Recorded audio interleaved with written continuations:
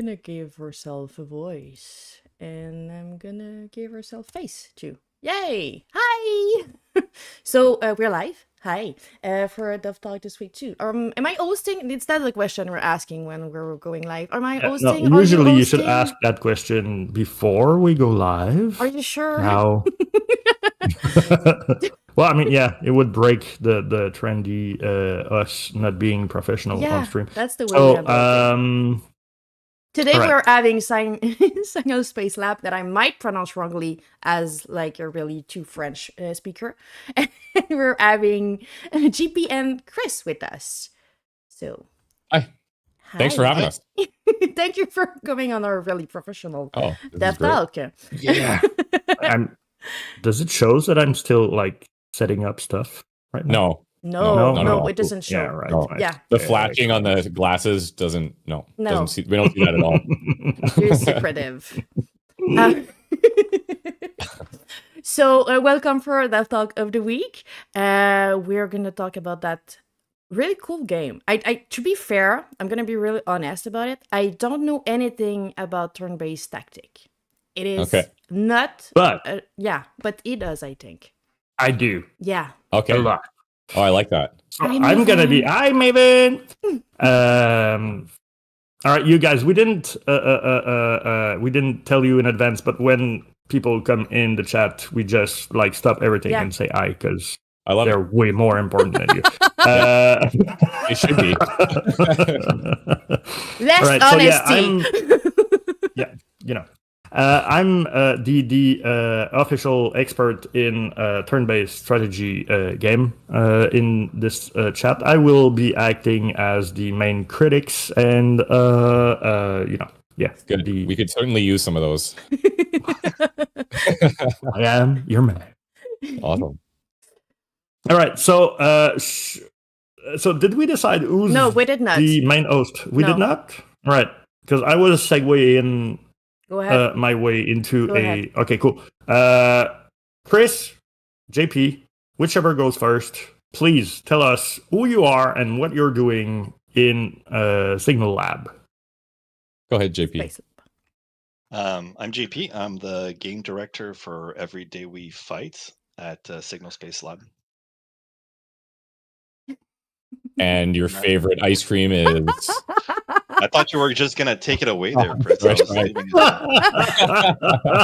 just bugging you. Ball rolling. My name's Chris. I go by Christopher Odd on YouTube. I've been playing mainly strategy games, but games on the internet for like 11, 12 years.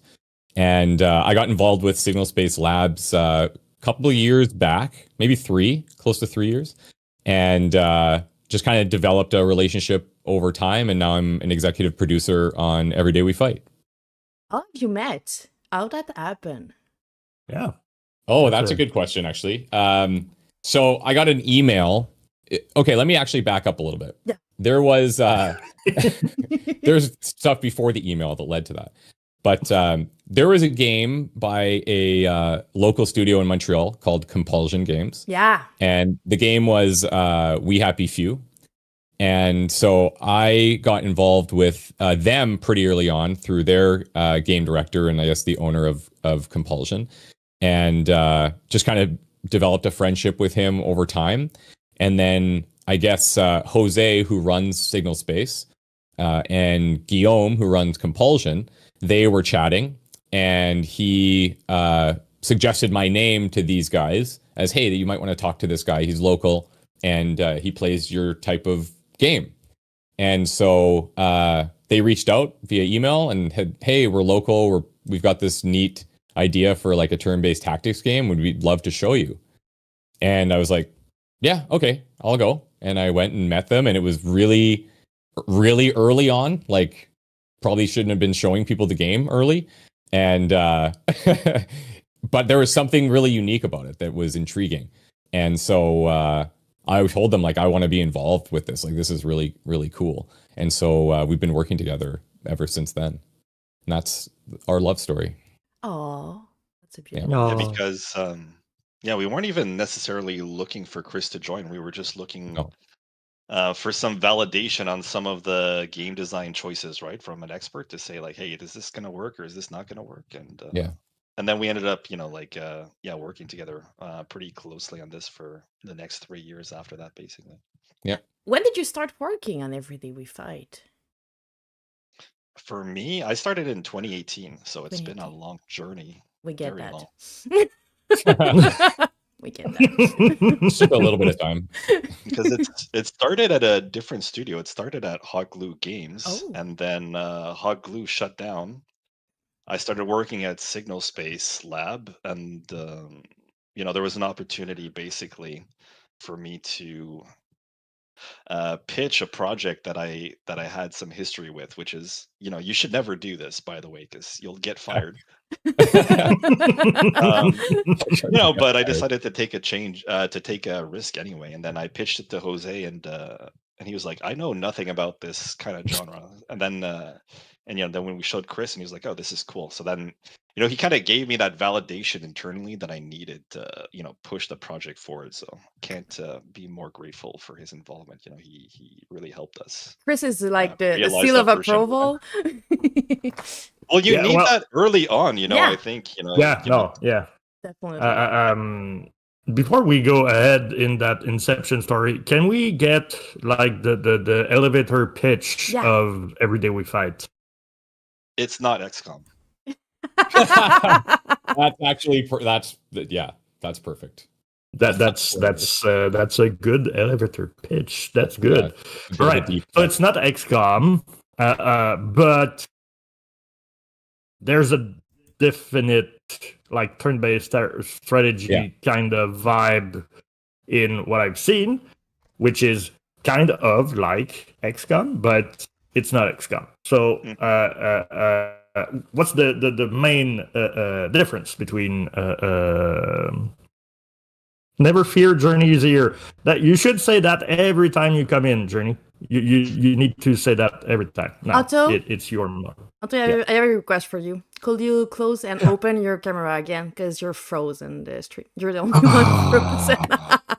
And here I was thinking that we would earlier, but I was like, I don't know. I was mid-story, so I didn't want to say anything. Perfect. He went for the chat, so I thought it was a good opportunity to go in for that. Yeah. Oh, are we gonna make it? You thought it was on purpose. I like it. Oh, that's nice. Oh, that's a good color on him. Yeah. All right. Hold on. Green. it's gonna come back on at some point. I swear to God, it should. I don't want to go to There's my. so many fun things we could do with this green screen right now. Don't make me do stuff. Okay. What did you break again? I literally did not touch anything. It's Journey's fault. Love you, Evan. It's Journey's fault. No, we cannot go French, Jesse. Do you guys ever do your show in French? We do. Sometimes we have DevTalk in French. Last week was in French. And I try and I've changed our thing that you can redeem in the stream. So I added one that was speak in French, but not in DevTalk. We're gonna confuse everything. I think they're just going for every one of them just to try them out. JP could do it. JP loves speaking French, but I would be lost. There was a cookie for Elfie. Do you want a cookie, my baby? No? You're fine? You're away? You're supposed to get cookies if they're asking for it. So I'll go. I swear to God, I'm working really hard right now.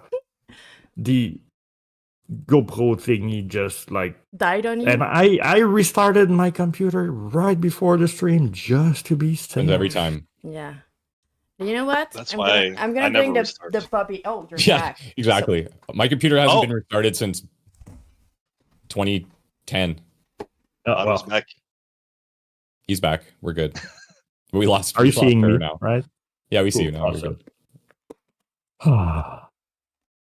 Stress averted.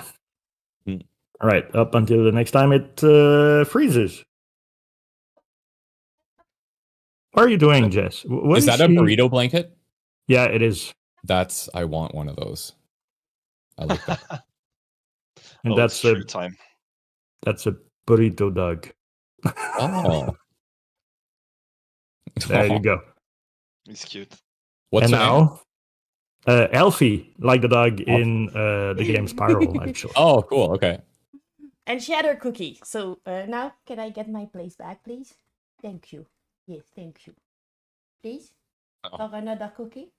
For an extra cookie? As you can see, sirs and gentlemen, this is a very professional stream. We are tackling hard issues right now. Yeah. I wish you would have told me. I would have brought my dog. Oh, yes, I would have liked that. When we were looking into what, the project and I saw your little dog, and I'm kind of in love with it. So it's the cutest baby ever. He's the star of my life. We're gonna do a dog talk at some point. I'll be here for 6 hours if you want to do that. But I do have some bad news because JP is a cat guy, so I don't know. I've got 4 of them. Cool. I've got 4 of them, so I don't judge. Okay. Yes, I think that Chris is in a castle. Zetsi, I agree. I do think he's in a castle. Yeah, not quite. The rest of my house looks like JP's room. Everything is in the wrong room. But you do live in Montreal, which is very costly to live in. Therefore, you might not live in an actual castle, but for the price you're of paying the same price. So, yeah, you're not. I live in a mine castle, Yeah, exactly. To get back to our sheep. So, I was asking a very, very good question. Were you? Yeah. I think so, anyway. I think you were asking about the unique mechanics, I think. Yeah. There we go. Thank you, JP. Yeah. Thank you. After the elevator pitch and then that XCOM. Yeah. That's what we should just have on Steam, by the way. That should just be the name of the game, actually. Not XCOM. Not Why didn't we do that? It would work. I would remember that name too, to be fair. Yeah. Gives me an idea. Go ahead, JP, sorry. I think Every Day We Fight really defines itself in its combat system mostly, which is where, we put a lot of thought into what turn-based combat means and how to play between the turns, because you're able to have your reflex actions where you kind of interrupt the flow of combat. So there's decision making to be done in between the turns. That's definitely one of the unique elements. But at the same time, there's also a lot of gunplay and like first-person shooter mechanics. So when it comes time for you to actually take your turn, you're shooting the gun yourself, which is kind of a unique take. I mean, we've seen some games like Valkyria Chronicles or Phoenix Point do something, but we're definitely more on the action execution side of the tactics elements, I would say. And also, I mean, there's like a fully voiced narrative and an open world for you to explore and all those things. But I think when we talk about Everyday We Fight, most people talk about the combat in depth. Why? What made you think about that? Like specifically, like I mean, being a turn-based strategy guy, you end up playing that part of any game most. Like that's what you spend most of your time doing. There you go. Thank you, Chris. Yeah. Words and talking. But hi, Wilf Ninja. Oh, Ninja. Wilf. We know Wilf. Yeah. Oh, well, there you go. You're good looking, you're telling you. Yeah. But yeah, no, I mean, since you spend most of your time doing the actual turn-based strategy combat in a turn-based strategy game, what made you think to like add on to that part? Because I think personally it's a brilliant idea. Like I'm a patient guy. I love turn-based strategy game, but sometimes, like XCOM, let's say, combat might be a bit long, whining, and having a those features is actually a surprise for me. I think, yeah. Oh, sorry. Go ahead. No. Go ahead. I think that, and you probably experience this as well. When you're playing a lot of turn-based tactics games, you spend a lot of time, like on your turn, planning what you're going to do, and then you execute the moves, and it's like you have a relatively good idea of what the outcomes are going to be, especially in like a percentage-based game. And then once you do those things, you're just kind of like literally hands off the keyboard. You could like leave the room for a few minutes, come back, and it's like, okay, now you like start planning again. You go through that routine, right? And I just think one of the things that JP identified like really early was that there's a missed opportunity where you could be doing things on the enemy turn and impactful strategic things that really mattered. Mm-hmm. And that kind of became like the core design philosophy behind everything combat wise, right? And there's a few things that like, I don't know how much you want to talk about what we're working on coming up, but there's a lot of extra things we have ideas on to further enhance the amount of things that you're doing on an enemy turn. And it's just kind of a neat take on the genre, I think, because no one does that. It's generally very do your offensive actions and wait. And that's cool. Like, I love all those games, right? But it was just something to try, and it's worked fairly well. I'll begin your thing. Add, no, go ahead. Yeah, of course. Yeah, please. Please do. Because I think, I spent a lot of time talking to young developers, and they're thinking about like how do you get to this point where you have unique and innovative game mechanics. You don't start there, right? Like I think you have to understand that iteration and failure is like a huge part of this process, and we didn't start off the game making this game with any of these ideas in mind. Like, we wanted to make a turn-based tactics game, and I knew that to succeed in the indie space, I wanted to take a bold position, basically, where I wanted to distinguish myself from some of the biggest hits. I wanted to be different because I think that was that's important. Indie is your uniqueness. And then as we're trying to find these different mechanics, we're basically cutting like 90% of them, and then the one that I really liked was we had the ability to place your Overwatch cones, and then the camera would come down, and I was like, well, why don't we just give the player the choice of when to shoot the Overwatch, when to take that action. So that's when And as soon as I did that, you can feel the hairs on your arms just raise. It was like, okay, that's fun. So that was that was the first step. At that point we were like, okay, like maybe it's not just about in between the turns. Maybe it's a larger part of the game. And then, it kind of evolved from there. But I just want to make sure that people understand it's like those kind of breakthroughs, they don't happen on day one. They happen, in year 2 or 3, basically, when you've been at it for a long, long, long time. When you know a bit more what you're into and what your project is, you can define more of its thread and personality and what stand out. And yeah, how big is your team? Because is it the way you've worked on the project? Is it like everyone is in his lane, or you're more working all together, pitching ideas together, and trying to build it as a whole team? Or because it always depends. When we have bigger team, often people have more linear kind of like someone is doing the art, but not everyone is working together. So I was wondering how big is your team and the way you were handling development on the game. About 20, maybe 25 at peak, I would say. Sweet. And then we had some external stuff as well that we had some help with, but most of everything was made by those 20 or 25 people, basically. How do we approach things? I think when you're trying to make a game, what's important is that you get buy-in to a collective vision, right? And so how do you achieve that? There's 2 ways.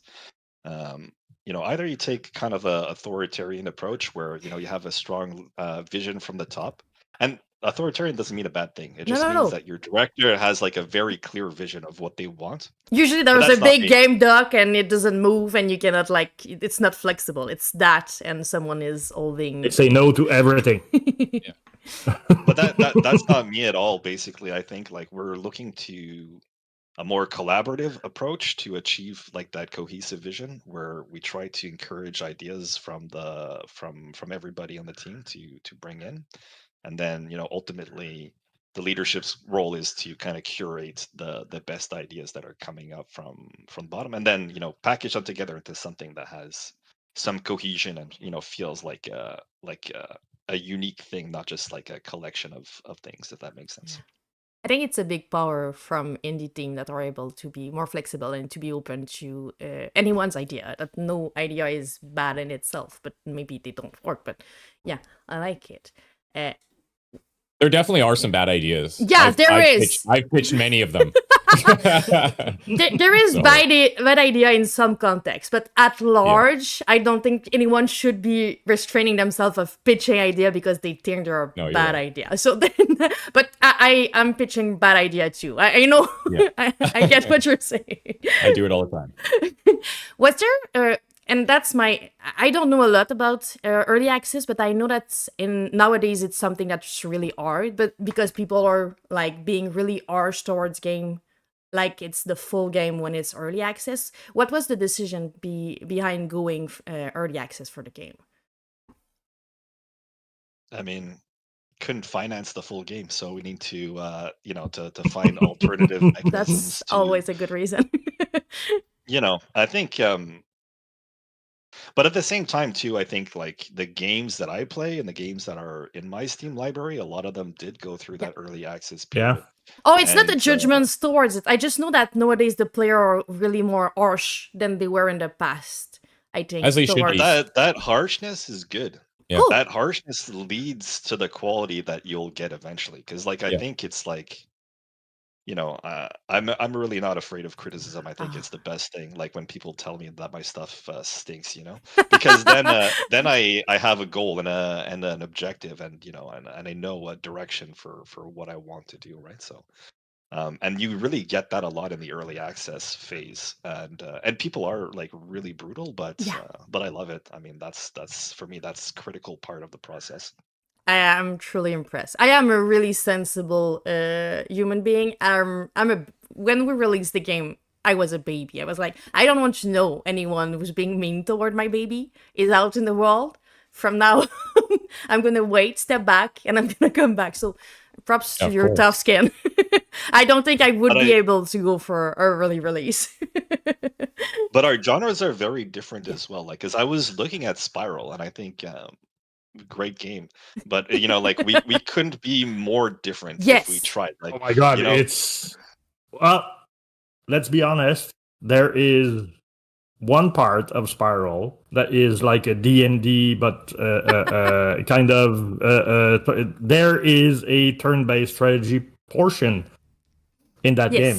Cool. It's small, but it's there.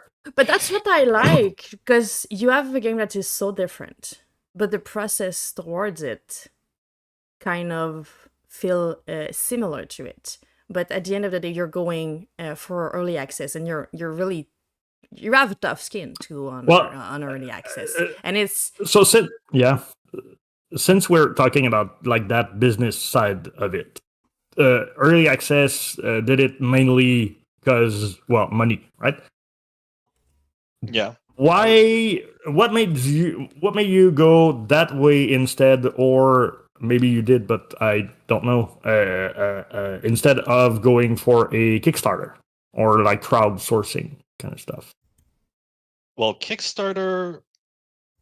I mean, first, like, when do these things happen in the process? Basically, like, think like Kickstarter would happen earlier than the early access would happen kind of later in your process. Yeah. You know, and there's a lot of risks involved with the Kickstarter, because if you're not successful, then your game is done before you even started, you know.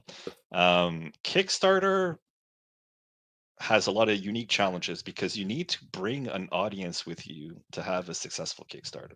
You can't just have a Kickstarter and expect people to find it. You have to find a way to bring it. And you know, Single Space Lab, you know, had released a couple of VR experiences before, but it didn't have a large enough following for me to think that we could successfully pull off a Kickstarter. So I just didn't think like it was very realistic goal. At the same time, like some of those other opportunities that we had like early on in the financing cycle were things like applying for grants, you know, like obviously like CMF was a big supporter of the project, but also like smaller things, you know, like Epic mega grants and stuff like that. So you know, that was kind of our focus early on to, you know, go after those sources to support the game. Okay. Yeah, it's well, it makes sense. Yeah. It's it shows that you know what you're doing, okay, and you understand the difficulty of going through a Kickstarter. Because often when we talk, people are like, "But just do a Kickstarter and it's gonna be fine." I'm like, that's kind of like a full-time job, and you need people in the back to go for it. You cannot just be hopeful. Before we were talking, I was wondering how you end up mixing. Chris, I'm talking to Chris. End up mixing your YouTube career and going into dev. Was it always something you wanted to do, or it's just since you met someone that was in the business that you kind of like follow up and introduce yourself to development? How did that start?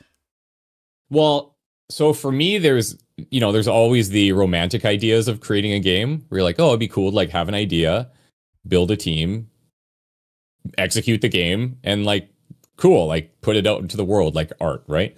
And it was something that I had thought about from time to time, but nothing that I would ever dive into because I don't have the technical background to do that kind of stuff.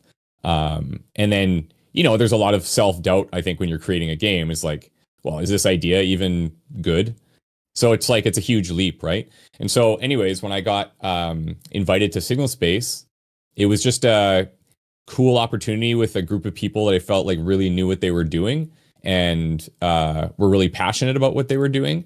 And when the opportunity presented itself, like I was like, this is a great chance for me to get involved on something a little bit different than what I've been doing for the past like 10 years at that point. And it's been really, really interesting to see the behind the scenes stuff that is game dev, because it's not always sexy and cool. You know, it's like, it's tough. It's a really tough, it's a tough thing to do, to make a game. And so like watching these guys, they're all like rock stars to me. Like, I'm just like, this is what you can do here is insane, right? And so I built up like a lot of admiration for game dev through this process.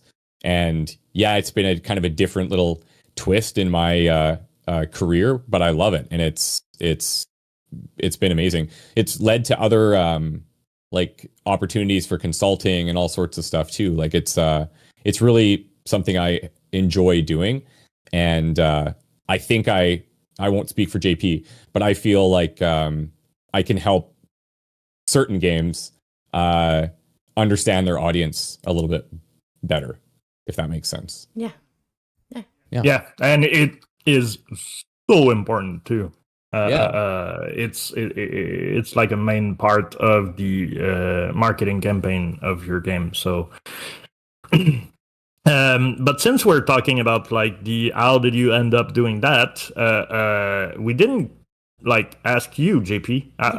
How did you end up doing like game design or game development, actually? Well, I got a undergrad in software engineering, and then all of my colleagues wanted to make games, and I didn't. And now they are all making websites, and I am doing that. Because I remember, like, I graduated my undergrad, and I was working. I got my first job was at like Rockwell Collins, which is like a military contractor, writing, software for like military network communications. And then it wasn't going well. I didn't like it. They didn't like having me there. It really wasn't going well. So I got a call from Ubisoft, and they were like, "Oh, do you want to? You interested in this position?" And I was like, "Yeah, please. I need something else. Save me. Get me out." So I don't know. Like my path was like it was kind of really simple because like I don't even remember applying. They just kind of called me and they were like, "Oh, do you want to?" But also my specialty is very technical because I was like a network programmer. So like they wanted multiplayer things. So it's like on the engine technical side, like not a lot to do with actual game design and stuff like that. So I did engineering in games in Ubisoft and then at THQ for a number of years. And then I went to McGill. I did an MBA. So I wanted to have more leadership opportunities. I did a little detour where I was an analyst for behavior, where I was like, just studying business side of things, basically. And then after that, I got an opportunity to, because I was kind of asking myself, like, what do I want to do? Like I have all these skills, like, what is it that you really want out of this, right? And I was like, okay, well, I want a chance to have more influence over the games that we make, and that's when I started to go more indie, because that's where you get that's where the opportunities were presenting themselves for me. So yeah, I ended up talking with this guy Chris Cornea, who was he worked for a venture or a private equity company called Wesley Clover, and he was the mentor of Clark, who was the CEO of Hot Glue Games. And Clark basically needed somebody to run his shop for him. So that's how I got connected into the leadership side of things. It was like engineering, MBA, and then leveraging your network to find yourself that first opening, right? And then after that, just executing. Yeah, that's a cool thing. But from what I understand, there was not like a clear path, right? You weren't like 5 years old in front of your Super Nintendo saying, "I'm gonna make that." It's just like you managed to get the most out of every opportunity in the field that you were interested in, right? Yeah, I mean, I always loved games, but it never felt like a realistic pursuit. Yeah. Like my parents were like, "Oh, like try to do something more safe," So that's why I was like, "Oh, I'll always like kind of focus on more of the engineering than on the game side of things." Yeah. But then, as I got more years experience, then, I was more willing to take risk with my career. And then that's where I was able to, find that fulfillment on the creative side more. But it wasn't, it was more of a day by day, like, evolution than like, than an end goal and, heading Okay, straight cool. for it, basically. Oh, that's fun. That's sweet. We have just to mention, we have a silly golden that's sending you love from the south of the world. Just so you know, Chris, you're getting love. Oh, cool. Oh, thank you. I love you back. Who? Where? It's from YouTube. That's why you're not seeing it. Oh, okay. Hi, YouTube. How are you? I have a tiny question because we've talked about the fact that GP has a tough skin that I'm really impressed by, and I would guess that since you've done YouTube for a while, Chris, you have one of those too. But what was both of your reaction when you've released the game and like the love and the comments and the like everything that happened? Because when I never done early release, but when I've released the game, it's just like there's like it's out in the world, people are gonna see it, what are they're gonna say. So what was the feeling when you've released, even if it's not the final version, it's still in the end of other people and you cannot be that by their side explaining to them how to do it, and that bug is there because you've done that, so don't do that. It was like, it was pretty anxious at release. It's scary, right? Like you don't know what people are gonna say. And we've gotten a lot of feedback over the years that people really like the game, which is, we're going to use that to kind of fuel our momentum going forward. It feels good. But then when people are paying their hard-earned money to buy a game, you want it to live up to their expectations, right? So I think it would be weird not to be a little bit stressed. Yeah. But when it came out and people started leaving reviews and we started seeing like websites writing about it and people making YouTube videos and stuff, it's like the best. It's the best thing ever, right? And what I really like is when people will not just praise it; they're going to say like, "This is what's good about it, and this is what needs some work." Because that kind of balanced approach makes it a lot more digestible. Yeah. Do you know what I mean? Yep. And kind of alluding to what you mentioned about being on YouTube and seeing feedback. Like Steam reviews are one thing, but YouTube comments are a whole other. Yeah. God. You guys know. Oh my God. Yep. Yeah. And it's the Wild West out there. So you have to, so I get picked on by probably 12-year-old kids all the time. And well, speaking of which, I've seen your series. We Build It, I Play It on your channel. Maybe we could drop the link in the chat. But how was it? I didn't look at the comments. I just looked at the footage. Pretty good. And sorry, go ahead. No, well, I was wondering, did you have happen to pick a fight with a bunch of 12-year-olds, or were you? No, the 12-year-olds were at home that day.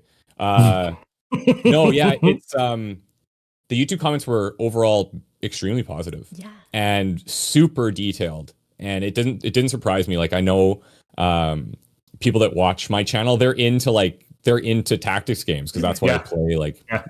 Majority of my coverage, right? And so putting it in front of them was very nerve-wracking because also I'm playing it and we worked on it together for 3 years, and now I'm like, I don't know, it was just a very surreal way to play a game, not something I've experienced before. But yeah, so the comments were generally quite good and thoughtful and helpful, and we used a lot of the feedback from that comment section in a bunch of early patches, right away. Okay. And the team was like, okay, these are the common things that we're seeing in YouTube or on Steam or whatever. And the team just jumped all over it to fix kind of the highest priority things, which was pretty cool. And so, as bad as comments can be sometimes, generally they're pretty good. I don't know how you guys are with your comments, but you'll get 100 really nice comments on something, and it's that's cool. And then there's that one negative comment, and you're like, oh man, and that's the one that you spend time thinking about. But to be fair, I was looking through your comments because I always like to do that for any game. It's just something that I find so interesting because you can see what kind of community people have in their review. And yours is really cool because even when it's negative, they're like, that's really cool. That's what I've liked. And that's what I think should be worked on. They're really open and they understand the fact that it's still a work in progress. So I really like the way your community was handling it and the point that they were making. So it was really interesting. And that's why I was wondering, because even if it's really cool and it's you can grow out of it. I'm a baby about it, so that's why I was wondering. And you, GP, how did that happen when you released? What was the feeling out of it? Because it's been even longer that you've worked on it, so it's been a forever kind of thing. And then there it is. Go back to your I'm pushing the green button. How did you feel? Look at him. Look how excited he is right now. Because this is how because our experience, Chris, is so different, right? I know. So different. And we So worked different. on the same project, but like prior to release, I had discussions with Hooded Horse, and they're telling me like those 3 weeks after launch, are the most critical. Yeah. And the patch schedule in those first 3 weeks is extremely aggressive. And they basically told us is like, the first 3 weekends, your whole team is working. Which is, you start in indie, people feel certain ways about crunch, but then when it's time to actually push your game out, some of those values sometimes get compromised, right? So then, definitely. It's a very nice way of saying it. Yes. Yeah. No, it was extremely intense those 3 weeks. So I didn't have time to really feel anything. I was just like, we're in the call, all of the engineering and tech people together, and we're trying to solve as many problems as quickly as we can and get solid patches out at a consistent rate. I think we put out 5 patches in the first 2 or 3 weeks. There's a patch every 2 or 3 days, which is that takes some doing basically.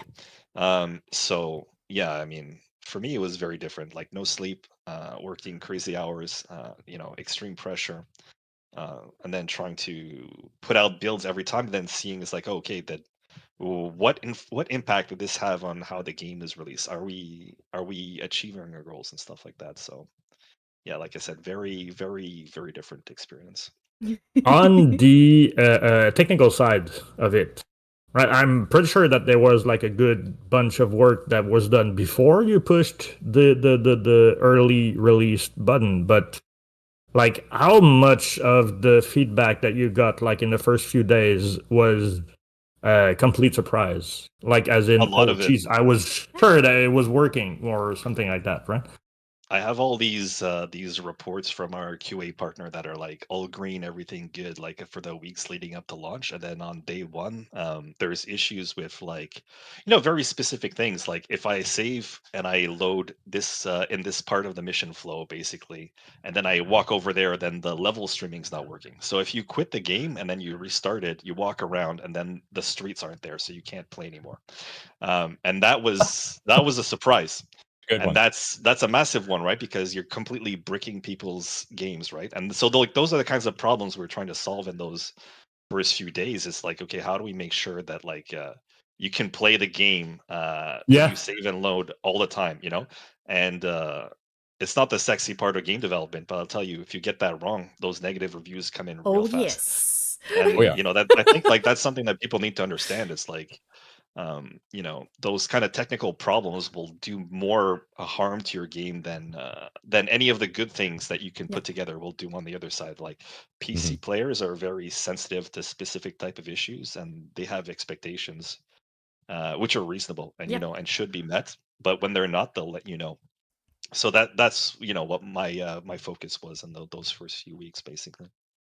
Oh my God. I think it's also partly to do with the age demographic of people that play turn-based tactics games, right? It definitely skews a little bit older. And I would guess there's an age filter in it, right? Yeah, just kind of innately. And I think because people are working hard and things are expensive and whatever, back to the earlier point of they're spending money on something, and if you're not delivering a good experience, it feels bad. It feels bad for them, and it feels bad for us, obviously. And so to JP's point, and just to give some kudos to the team, everybody worked super hard. And the cool thing about this team, and it's always been the case, is that everybody loves the project and everybody's so into it in their respective roles. And so for them, they you would tell them hey, you stop working, and they're I want to do it. I'm just okay. They're so into it. They're so passionate about it. So yeah, it's cool to be around those guys. Yeah. It's important. It's important to like. I've seen a couple of comments saying that saying a game suck is not productive, which is right. And Big Bug needs to be pointed out in the review. But I like when players are flexible and they came back and they go back to their comments and they're like, "Yeah, it's been fixed and now it's positive." So usually, it's not ill intent when people leave a bad review. They want the developer to understand that they want to like it and they were disappointed by something. So that's true. It's a good thing when they're open to it, because they're just plain mean review that are useless. Those things happen too. But most people leave a review because they wanted to love something and they want something out of it that they did not get. We're not judging your age journey. We will never do that. We love older gamer. Journey is like 21. We love older gamers, yeah, especially because like we're trying to make games for old people. Like definitely. we are no Minecraft or Fortnite or Roblox for what it means. So yeah, we are definitely a lover of older gamer. Same here. Classify old gamers. That's a good question. That's a good question. If it's it's an age demographic kind of thing, so it's probably not published as game for old people, but some people might say it in a marketing meeting at some point, and it's not a bad thing. Yeah, being wiser makes, like we were talking about the comments, makes the comments being a little more constructive instead of being patient. Year-old. Being older make us more patient. So yeah, we like them. It's a good thing, Journey. That it was actually a compliment. Like one thing I would like to add just to finish up our conversation, where you were talking about like looking at those reviews. Like one thing that I think I really learned is like how much it pays when the community sees your team putting out those updates. And because a lot of the comments that we got were like, oh, the game's not perfect yet, but the devs are working hard. Okay, I'll give it an upvote. And you know, like that's you got to take that into consideration when you're an indie developer. It's not just the perception of the product, but it's also the perception of your team and the connection that you have with your audience, you know. And that part is almost as important as the game itself. Do you have Would you say... Oh, okay, no, go ahead. Go ahead. I'm going to find it on my own. Right. That was a dumb question I was going to ask. I was wondering, like, coming back to the actual turn-based strategy game genre as a whole, I know a few of them, like, but there must be more. Is there... There's a ton. Was it like a big market, or was it like niche when you decided to jump into that arena? I mean, I think the goal was always to find a niche for us to be successful in, because like as indies, like I didn't want to compete against more established genres. But it's definitely a niche that has a very dedicated audience. And there's a lot of games that find success in the turn-based tactics genre. I mean, obviously there's XCOM, but there's also, you know, like basically all the Warhammer games, like almost all of them. You know, there's Divinity, there's Baldur's Gate. You know, if you go on the narrative side, Wasteland 3, you know, that's a great one. Yeah. Battletech, one of my favorites. So I mean, I think like, you know, there's dozens of, I would say, AA plus turn-based tactics games that, or AAA, that come out every year. And so it's a fairly competitive niche, but I would still say it is a niche for sure. Okay. No, I was wondering because, like, personally, I know about like the first XCOM. That's when I got into that genre. I just noticed that my camera is still not working. But since I have a very... You look really I'm like, it's a presidential pose, so I'm gonna keep that one. Yeah, like please don't mind me. I'm talking underneath my hand. But yeah, like I was wondering. I've played, like I said, like the first XCOM, the second one, and that was like back in my youth. And like after that, I played like Final Fantasy Tactics, which brought me back again. And then the in like I think 2009 or something, they came out with like a commando style UFO game, which was not good. And then they came out with the Firaxis XCOM, but like I never went really out of that, like those properties, right? So I was wondering, but yeah, you mentioned at a couple of points Hooded Horse, which is well, which recently, since last year, became like a kind of household name because of Manor Lord. Fantastic. Were you in? Fantastic. Come again? Fantastic game, Man of Lord. Yeah. No, I really like it a lot. Did you like? How did that partnership came to be? Yeah. If you can talk about it. Yeah. Of course we can. It's kind of funny. Hooded Horse. Yeah, I mean,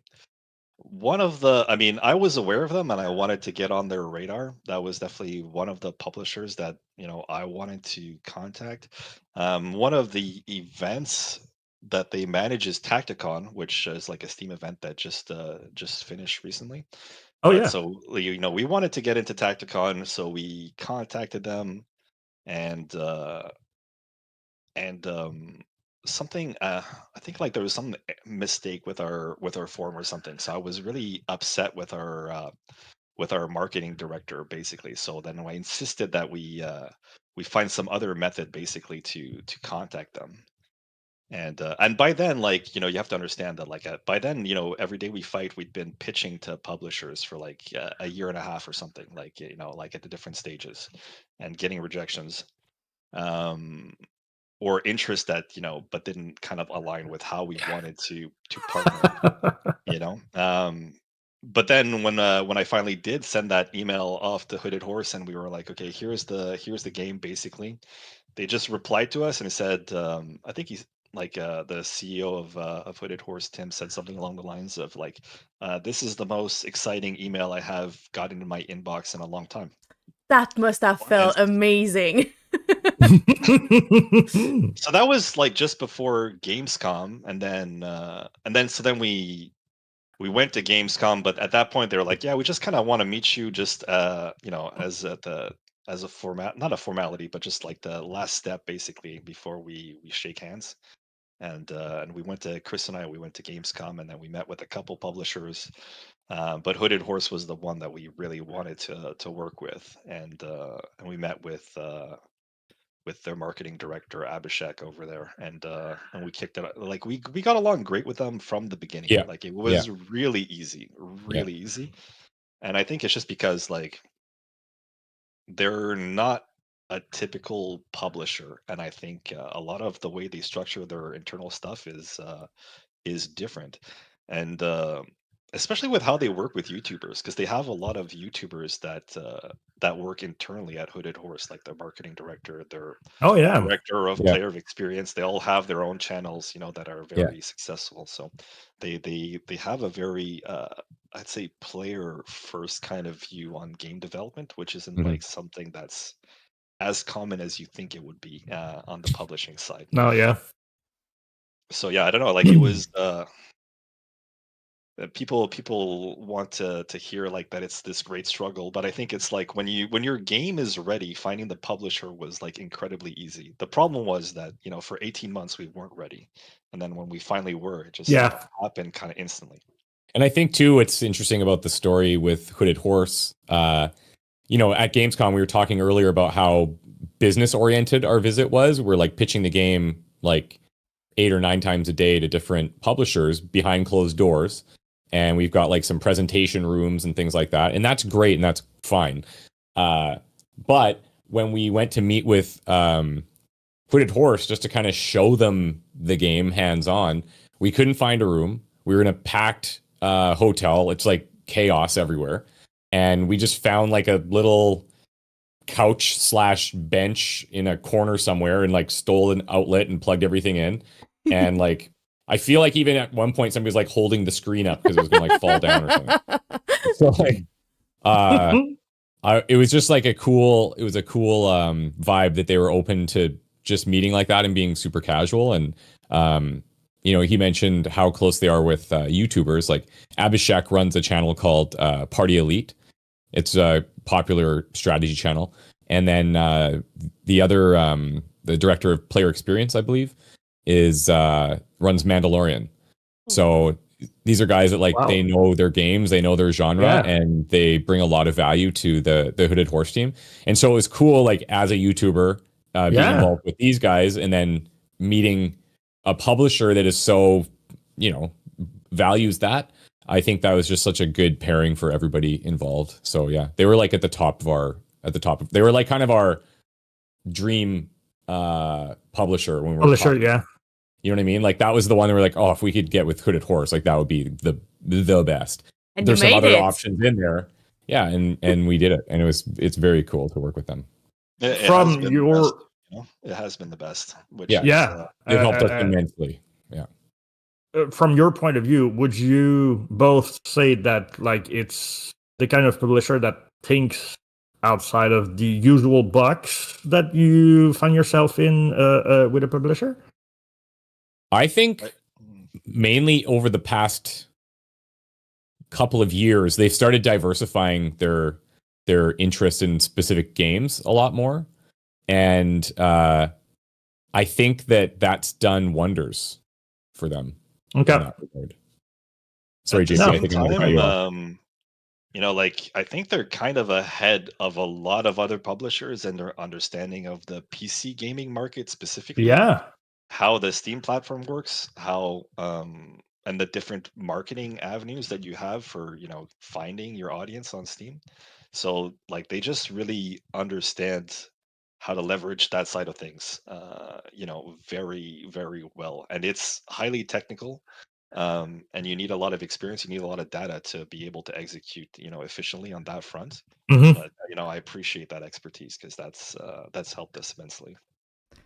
That's really awesome. Did they took part in the marketing side? Because every publisher have like a different deal, and I'm really excited to hear like a positive experience because there's so many bad ones. That's exactly what I was thinking. To have like great one that was like a perfect fit is always like hopeful for other team. But is your deal with them more the marketing side, or do you have like a marketing team with you at the studio too? How the marketing works for the studio? Oh, well, we have our community manager that handles things internally, but most of the marketing is handled by Hooded Horse. So all of the promotions and things they handle, all of the trailers they made for us, you know, all of our socials they manage mostly. They help us on the community side as well. So I think, you know, like definitely they've been handling a lot on the marketing side. They also helped us with QA because they found like a QA team for us to work the game. So those were the two principal things. And then also like, I think, you know, I meet every week with their director of player experience. So on the game design side, they do provide some expertise, you know, just to help us, you know, find the right creative path, basically. But they're very it's our choices always, right? Like on the creative side, like they'll make suggestions, but we don't have to take them. They're cool. very open for us to do our own thing, basically. And so yeah, but it's a very unique method, I would say. Very unique. For all of the indie devs in the chat, go fetch Hooded Horse. They seems to be the best there is. I'm sorry. If you want to make a strategy game, because like they're specific. Yeah, I'm sorry, but we have a new guest. And I need you to introduce that new guest because he's cute. Yeah. This is sleeping Walter. too. But, yeah, I guess he's tired. I don't know. He's like, what the? I don't know. You're on TV. Oh, you're so cute. Yeah. This is Walter. He's a French bulldog. We named him after Walter White from Breaking Bad. That's a great. And I can see the resemblance. Yeah. It's such a cutie. I don't know what this look is that he's doing right now. I have no idea. Such a cutie. And I'm sorry, I have someone else from YouTube that is sending love to you, Chris, saying that they've been watching you for years and they almost finished Every Day We Fight. And nice. Nice. Thank you. Appreciate that. Right. Wilf just said we hear him frequently in the XCOM videos. Oh, because he's okay. Because if the doorbell rings, he barks, and it's like in a recording that's like 90 minutes long, and it's like I just leave him in there. It's just part of the vibe now. Yeah. Every once in a while, there's like a little Walter bark. I love Walter too. I'm adding myself to the list of the fan of Walter because he's the cutest. He does have a big fan base. I'll give him that. Everybody loves him. Well, all right. I'm gonna ask that question because at some point somebody is gonna ask it anyway. Is there any way for the players of Every Day We Fight to pet Walter in the game? Is there Walter? That's a good question. The answer is no. But you can you can investigate the cats. Oh, that's all I'll say. Oh, you can investigate the cats. Okay. You can investigate the cats. If you're still open, since it's early access, if you're open to suggestion, I think that Walter will be a great addition to the game. I don't disagree, and I've been pitching that since day one, and they're just not doing it for some reason. I'm supporting that idea. I'm sure people in the chat are supporting it too. Just saying. I think Walter should actually be the final boss. That was my pitch. Yeah. Which, as I mentioned earlier, I have some bad ones sometimes, and that was pretty bad. Do you have any unique combat skills that? Yeah, flatulent.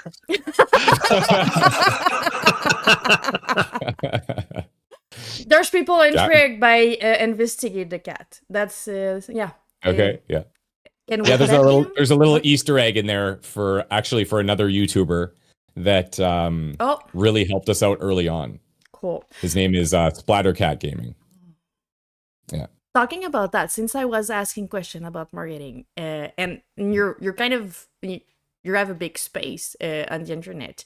How did the fact that you had a community of your own went to help or not help, whatever it happens to do, with releasing the game? How did that impact it? How did your community react when you were working on it before the release? Were you taking your community to merge with that community to have playtests or help have idea or things like that? Yeah, good question. So I would say, JP, and you can correct me if I'm wrong, I want to say the first 2 years, I didn't really talk about it almost ever on the channel. We didn't talk about it at all. And I would always be chatting with JP, and I would tell him, when the game is ready, when I feel like it's in a really good spot, then I'm going to feel good about showing it to people. And I think that was good for both of us, because obviously we want to get eyes on the game, but it's just I'm so sensitive to your first interaction with the game, and it needs to be a positive one. So it took us a while to get to the point where we had something suitable to share. And then members of the community really did step up. There was quite a few that overlapped from my Discord, for example, into the Signal Space Discord or the Everyday We Fight Discord. Wilf Ninja, I don't know if he's still in the chat or not, but he was a very, very big part of that, and really cool to see him be part of both communities. And we did reach out to specific members of my community that have a lot of experience with tactics games and a lot of just experience with gaming in general and PC gaming. And it was awesome because we gave them a really large slice of the game that they could play, bugs and everything. And they would just write us all this really, really helpful feedback for I want to say we started doing that maybe 4 months before release, I would say. Oh, yeah. And it was just super helpful because these are people that I really trust in the community, and they really stepped up to give us like their time to play the game and give us free feedback. Like it's awesome. So it was really helpful in that regard. And I think like launching it, obviously, it's easier to get eyes on the game when you have an existing audience, like something that JP was talking about earlier with Kickstarter. Yeah, like could we have gone that route, and I could have made a video saying, hey, we're going to do this thing, but like I'm so sensitive to announcing or releasing something like so early, and then people have to wait like just forever for something to happen. Like, I don't know. That to me is like, it's a harder pill to swallow. Like, so as it was getting much closer to release, then I started telling people like, hey, there's a demo you could play. We made a video about that. We did videos on some of the feedback that players gave us and like addressed very specific things. So it was good to like also be able to engage them in a way where they're becoming a part of the process, which I think is what early access should be all about. And it's not always that way, but our approach, and this is something I really liked about working with JP, is like we want people to tell us like this is what works and this is what doesn't, and then we're gonna like make it do the thing that it should be doing, because we're all pretty, I want to say we're pretty smart. Okay, we're pretty smart people. But there's a lot more smarter people out there than we are that can look at a game and be like, okay, here's what we need to address. And well, sometimes it's just a matter of perspective, right? They're seeing stuff that you don't, because you're seeing the tree. Yeah, there we go. You're not seeing the forest for the trees. Yeah. You remember, Chris, when we got back from PAX, we did those play tests, right? Like those. It was like 6 months in a row. We had a play test every month. Yeah. I forget. I'm pretty sure we did get some people from your Discord even back then to engage with those early play tests, and they definitely helped. Yeah. But what Chris is saying too is like, I think people need to understand, like you got to keep some of your powder dry, and we had to wait for that moment when the game was ready. Like, I'll say that a lot. When your game is ready to get that kind of exposure, then you should do it. But you need to save yourself for when the time is right as well. And there's a respect that goes with it too. It feels like you're respecting your community. You don't. It's just not a cash grab. You don't want to sell them anything. You want to show them something you're proud of, then that you think is ready to have feedback, in fact. So that's really respectful of your community too. So yeah, was that always part of your strategy to have marketing from day one? Because I know often indie start with, I want to make a game, and then my game is going to be good, so people are going to see it, and that's usually not how it works. So was there a strategy about marketing the game or showing it early on, or was it just started with, we want to make a game and then we're going to figure it out? There was. I mean, Chris talked a little bit about Guillaume from Compulsion. And so we had, when I showed him the game, we were asking about, what should be our strategy basically for securing a publisher. And, like part of the problem that you have these days is publishers expect you to come with wish lists. Like they want the support behind the game before they sign on. And they want a lot of wish lists as well. Like, some of the numbers we were quoted is like, we want like 50 or 60,000 wish lists before we talk to you about signing the game. That's so I mean, so that was part of our strategy, is like, okay, well then, how do we start accruing wish lists, right? Basically, from nothing.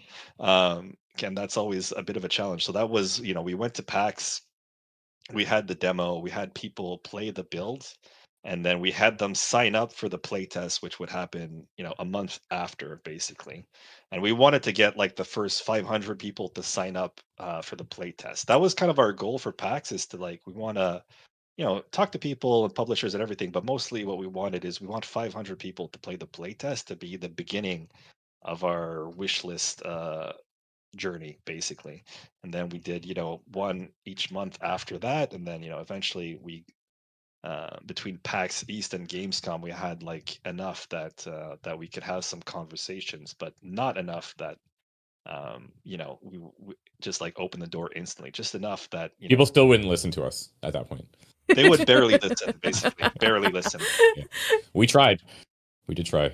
But it was all part of the strategy. And I'll have to call out too Jason De La Roca, who's important member in the Quebec development scene, for consulting with us and giving us some strategy pointers on how to go with that initial marketing phase. But I think the play test, the demos, that period between PAX East and Gamescom was all about like trying to get the ball rolling, getting some initial wish list, getting some initial player feedback, and then showing that we had like a platform to go further, basically.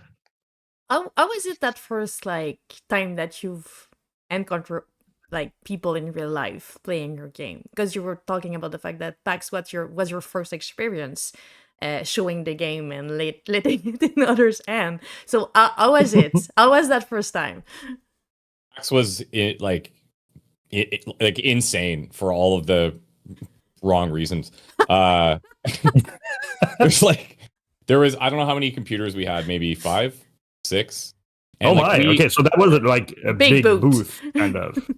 I mean, it was, yeah. And people were playing for long periods of time, but the reason we're kind of laughing is that, we thought we didn't need to have a tutorial. People will figure this out. And we learned very quickly that was not going to be the case. And so I'm not exaggerating. There was one of us with somebody at a computer for every playthrough for over an hour all day long.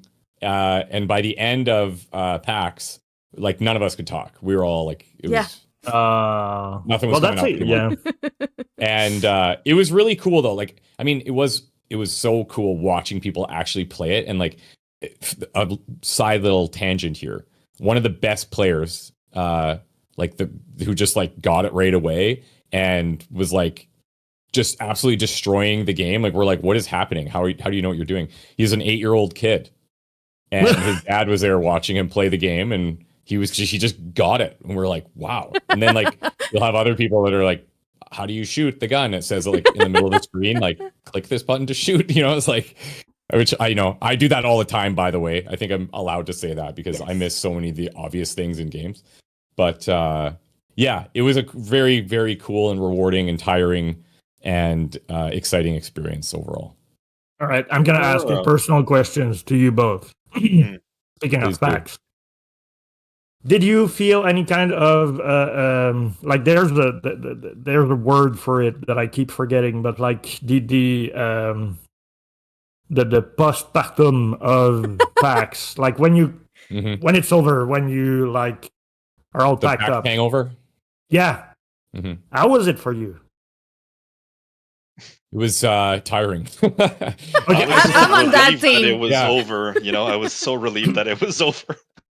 Yeah, it was a big relief. But I would say, like, speaking for myself, there was a lot of adrenaline that just kind of carried over into the next few days because, like, we didn't know what the reception was going to be like. We didn't know if people were going to like the game.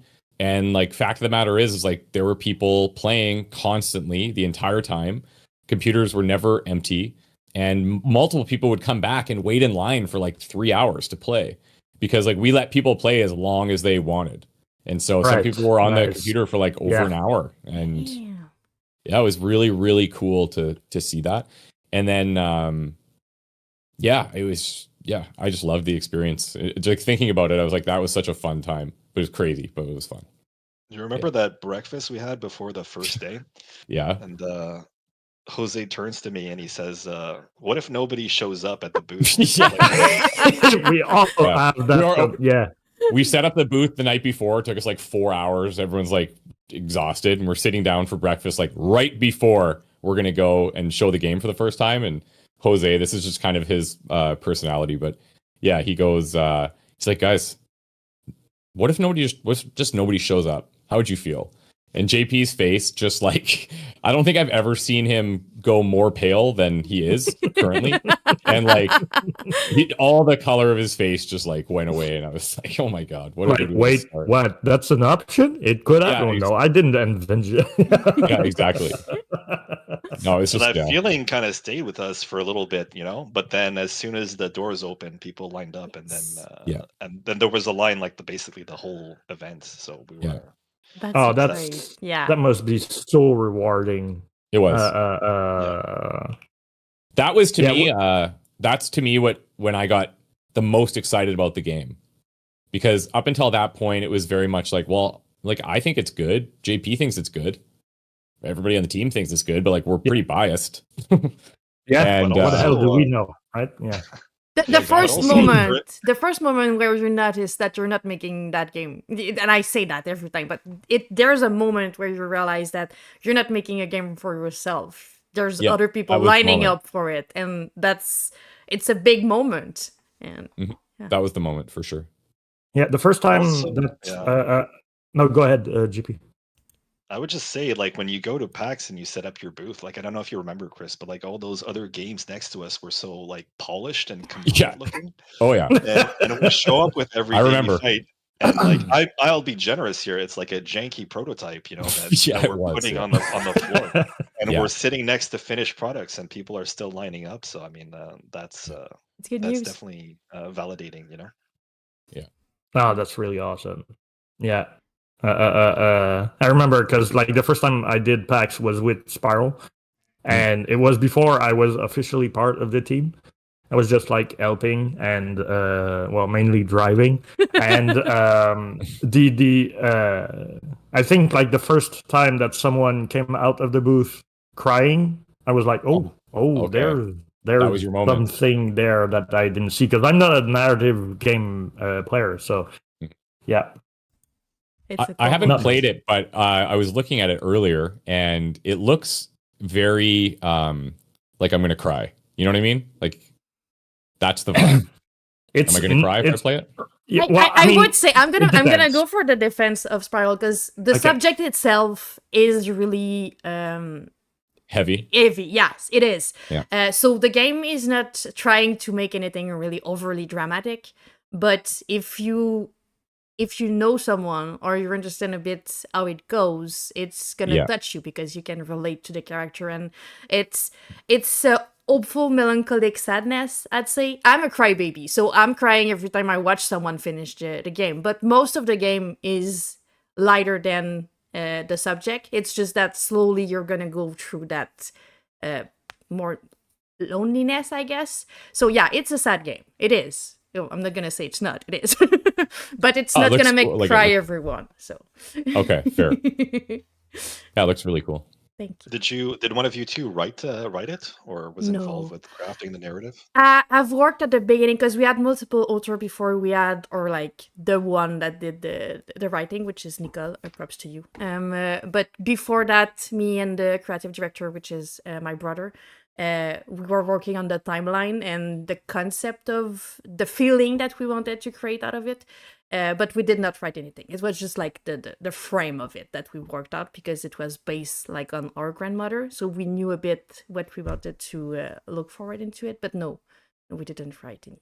We're not that good.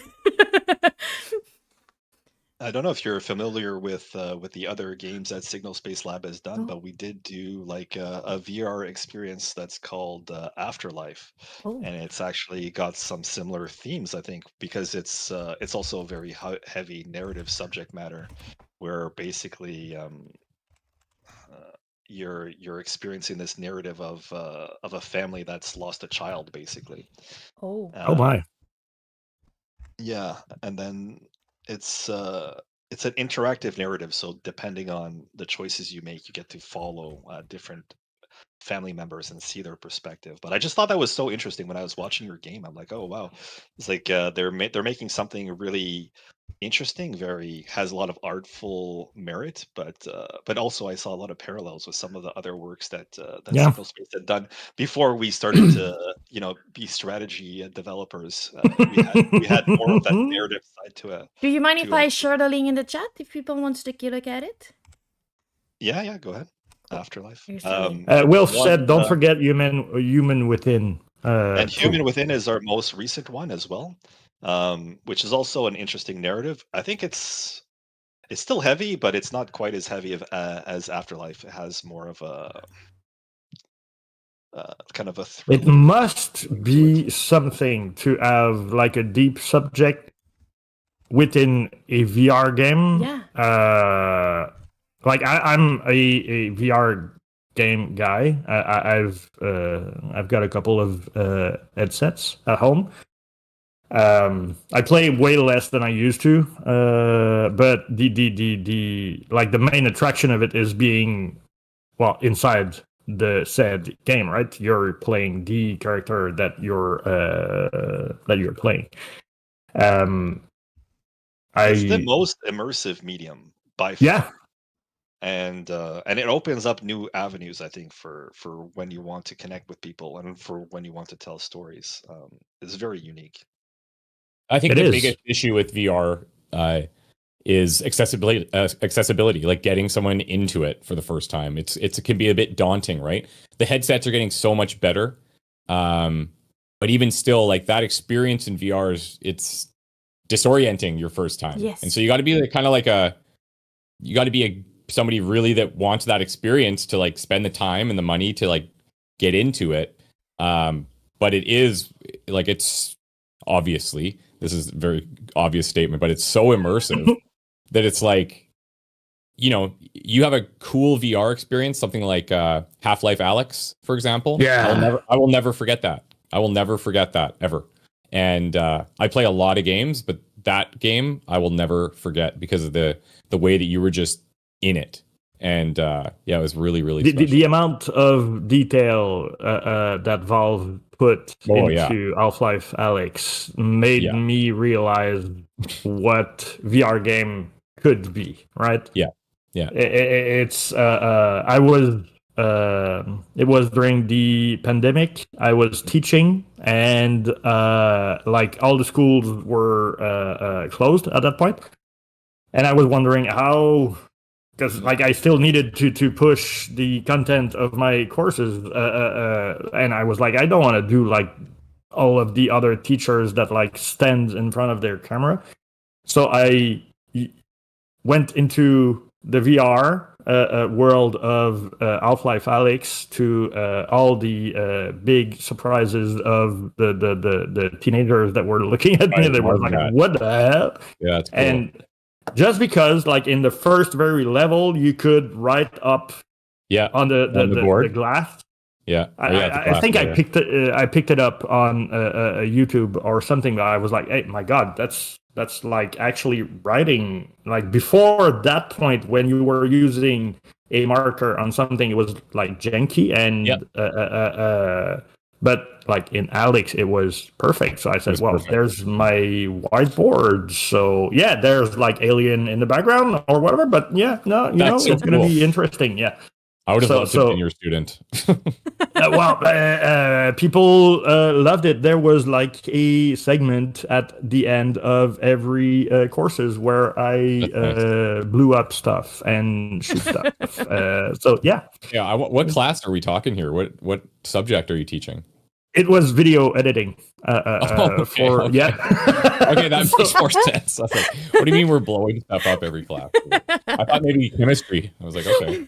But it was fun because like you could see, like you could set up your scene in the perfect way, right? Yeah. So it was still in Game Engine, but that's what gave me the push to go actually in engine to do trailers after that. So makes sense. And the whole VR genre. I mean, I broke a finger throwing a grenade. There's like a bunch of stories that I have just because I had a VR headset. You talk about the finger broken thing, but not about the you screaming. Really high pitch. No, well, I usually try to not talk. You're less proud of that one. Okay. I'm gonna say it like in as few words as I can. Space game, multiplayer, 4 of my friends. There's a ship, you can beam down to planet. You spend the whole game going into like those planets, and there's like some like bad guys or aliens or whatever, but like it's always on the planet. You're safe in the ship, right? No, you're not. We're playing Iron Man mode, so like you cannot die. If you die, like all of the rest of the people like continue playing without you. So you don't want to die, right? Mm-hmm. And at some point in that game, I was staying on the ship because I was nearly dying, and I started hearing stuff in like the walls of the ship, and I was like, what? That's not supposed to, like, you know, when you're like expect a game to react one way and it's going the other way. So yeah, I ended up forgetting that I was a real human being in a real world, and I was crouched in the virtual bathroom of the ship, crying for help for the guys to come back because I was sure And yeah, sure enough, there was like a alien looking, like Alien the movie, alien looking thing coming at me really fast. Yeah, the intensity of the emotions is so high compared to other. Oh my god, it's way different. It's another level. The thing is, it's hard to explain to someone that didn't use it. Yeah. Yeah, and I think like one of the like underrated things about VR is how the sound really has such a big impact on your experience in there, because you obviously are thinking, you know, your first experience in VR, it's all about the visuals, which is, you know, mainly true. But when a game or an experience really nails sound design, oh my god, that's like that's what for me keeps me so immersed in VR. If the sound makes me feel like I'm in it, you know. And having great sound in VR is really hard, by the way. Yeah. And Signal Space Lab, started its history as an audio studio, because we do audio work for a lot of other games. I mean, famously, we record all the leaders for Civilization games and stuff like that. So no way, I didn't know that. Right. Yeah. So it started as a work for hire before branching off into like more of its own projects. Nice. But yeah, like when you're trying to get the ambisonic, audio working, or the stereoscopic audio working for VR, there's a lot of technique that goes into it, and I'm, extremely ignorant in this element. But my colleagues at Signal Space, that's their bread and butter basically. So it's always interesting to work with them and then to hear the output, because it does contribute to the immersion in such a strong way, as Chris was saying. Yeah. Well, anyway, it's a nice world. It's like branching out of that, since we're already out of subject. A big thing that is happening right now in the gaming industry, or the big debate actually, is the use of AI when you come to work in a game. What's your, like, there's no good or bad answer? No, there is. What's... Sorry. We know. So there is a personal... My like opinion. You just painted them in a corner now. No, they have the right to their opinion. I'm just saying that I do think... the whole game in AI. We didn't touch anything. The whole game? Wow. Yeah, we did, One person and 24 I didn't do my job right. I didn't do my job right.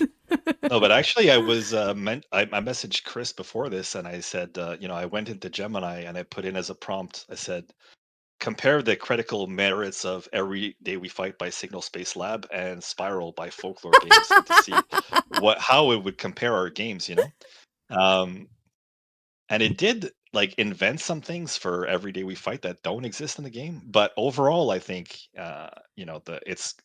it's a great summary of what people are saying. And it had this interesting sentence. I'll share it here because I thought it was nice. A little bit funny. It says, their respective merits highlight the incredible diversity and strength of the Quebec development scene. One appeals to the mind as a strategic puzzle, while the other appeals to the heart as a poignant story. So it's very poetic, like in how it... Thank you, Gemini. Thank you. But yeah, so I would say like obviously we're very interested in how AI can help us be more effective.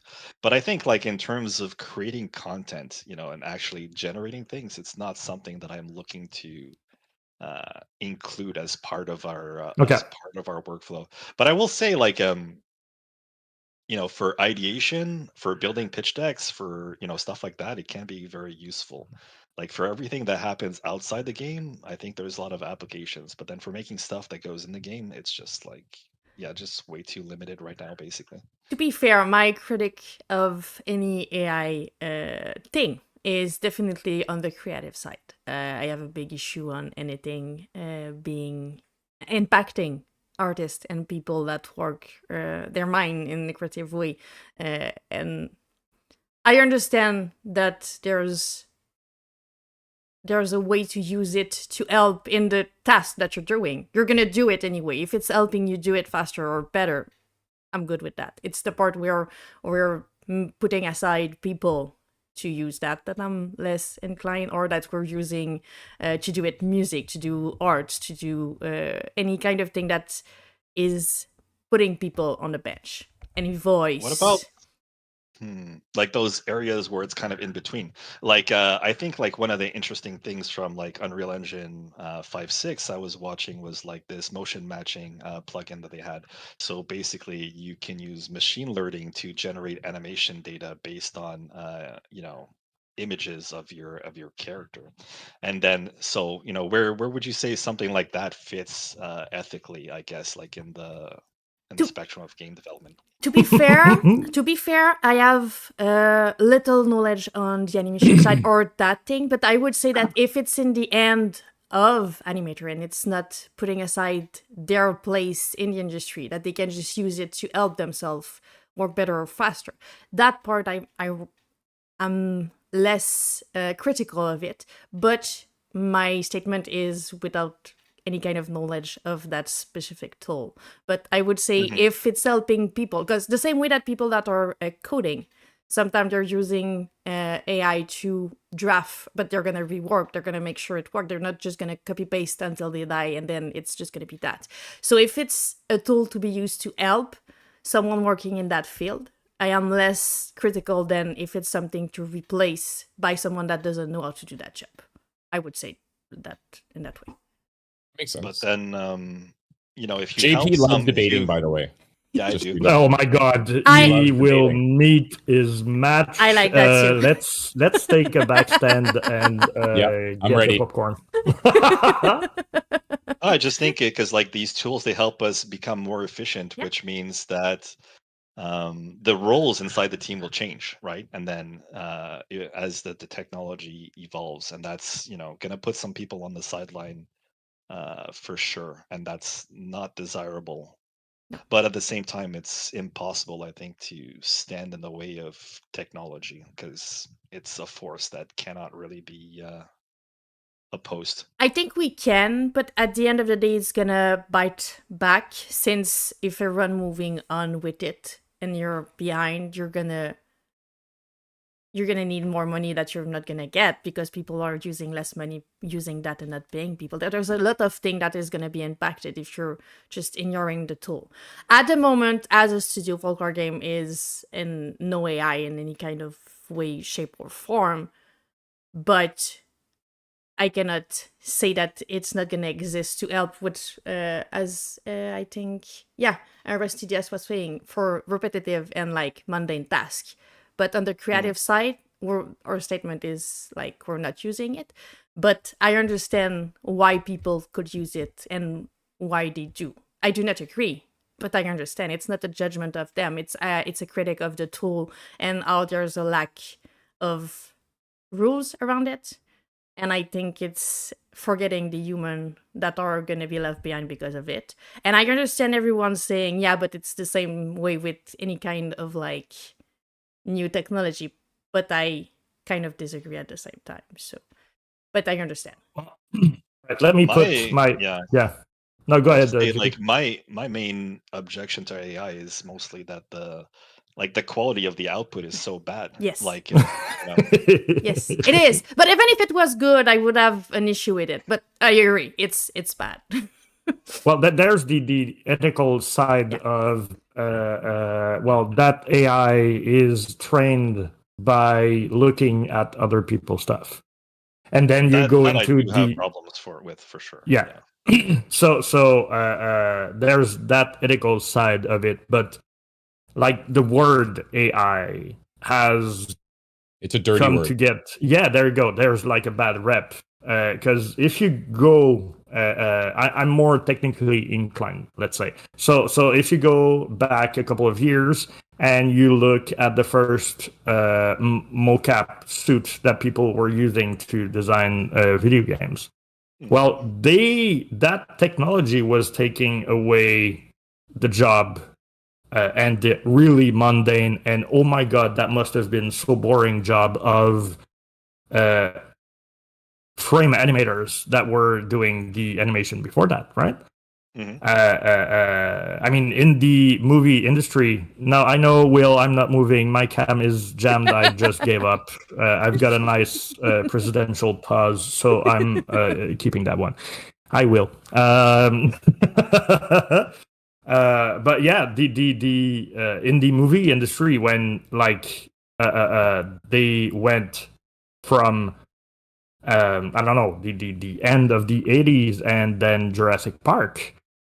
I mean, the guy that was doing the name escapes me. You know, the frame by frame shot.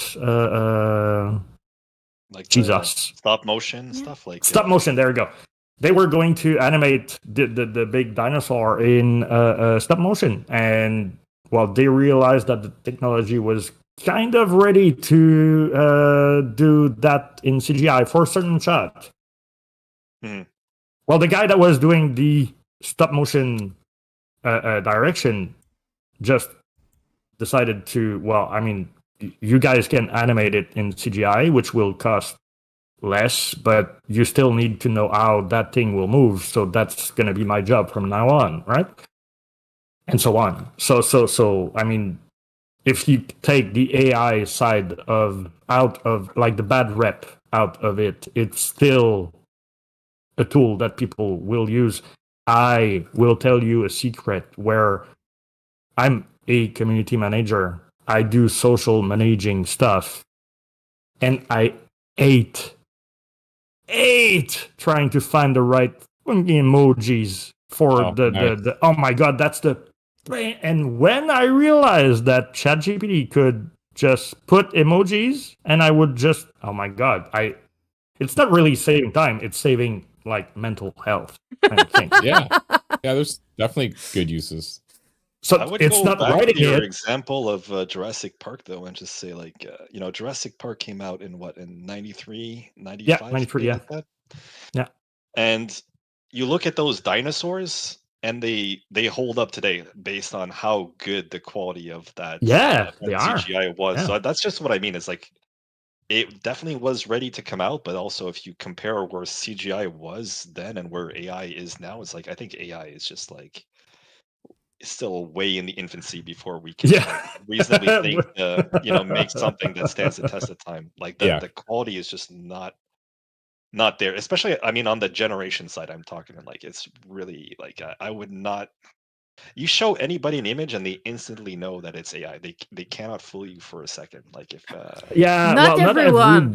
Not everyone. That's the riskier side of it. That's the part that I'm kind of like having a personal issue with it, because like if I show AI generated content to, let's say, my mom, well, she's gonna think that, like, I don't know, Barack Obama was actually white and he painted his face for his old, so like the fake news kind of thing. It's an actual problem, and the better it gets, the more people it starts to fool. So there's an issue there. I completely agree with. Wouldn't have something to say, as well. Like even if okay, so let's say you're able to execute the image properly. Then when it comes to composition, when it comes to, artistic direction, there's There no you go. thought Yeah. behind that, No. So that's why it's legit. Every AI video I've seen was a center shot with the main subject in the foreground and everything happening in the background. And yeah, there's like a limitation to the technology. At some point, it's going to be better. And we're talking about games, but like there's going to be movies that will be using that tech at some point, if it's not already using it. So, I mean, yeah, it's a big issue, but it's not. It's a big subject. Yeah. I was about to say it's a big issue, but no, yeah, there's like the mundane. I don't remember who said it, but like the mundane and boring stuff, AI can take over that part. I completely agree. It makes me like my job better. That basically it. Yeah. As long as it can help us focus on, creating human connections and streamline the rest of it, I think that's a good space. But I mean, it's going to be incredibly disruptive to our industry no matter what happens, and that's a shame, really. I think. Yeah. I don't really know what the best approach is, but definitely for us, I mean, we're not really looking to bring it into our processes deeper. Like we want to, we want to make games made by developers. Let's leave it at that. Yeah. Yes. Not to steal the old Activision tagline, which was by gamers for gamers. Yeah. Well, I mean, that's an interesting take, and like usually people are really at polar opposite of that whole debate, and it's fun to have a clear take, more nuanced, because we're all Canadians, people, so we know how to debate. Exactly. Nicely. Politely. But I mean, I like disagreeing with people. Oh, I like that too. Yeah, it's so that's fun. his thing. I agree with that thing. It's less fun for the other people in that same meeting. It's just because you're not as good as us to do it. That's true. But I also like people disagreeing with me and challenging my ideas. Because you need to argue, you need to find new way. Yeah, it's really cool, and you learn so much. Even if you're not agreeing at that moment, it's still you're taking it in, so you're gonna have it for the next argument. Yeah, I mean, I think it's like an absolutely critical part of the process. When I was at Ubisoft, they called it the challenge culture. Oh, basically. Oh. So whenever we have meetings, like we're like can be like extremely confrontational, and like some people see this from the outside and they're like, are these guys okay? Like, is this professional? But it's all in service to like getting the best quality game out there, and we have to be open to ruffle each other's feathers to get there, basically. I need to pinpoint the bad things so you can try to build them up again. Then we're gonna build them out, and then you'll build them up. So at the end of the day, it's gonna be better because we're doing it together, and we're finding every hole in that plan. No, I like to do that. It's cool. I'm gonna make a small interruption. Deadput. Yeah. Are you talking about the War of the World movie that came out on Prime recently? Because if you are, I completely agree with you. I don't know. I heard it was probably written in AI. Actually, it's straight. I talked to Jess once I saw that movie, and I was like, the fake movie that Michael Scott does in The Office. Well, it's like if Michael Scott was like directing that movie. It's that bad, But it's kind of like a adaptation of Jules Verne, and then you like ask the AI. There you go. That's basically it. It's. I mean, it could have been an interesting take. The actors in it are good, but the script is, oh my god, so bad. But anyway, Rusty Dias said politely sucked. Yeah, there you go. Politely suck.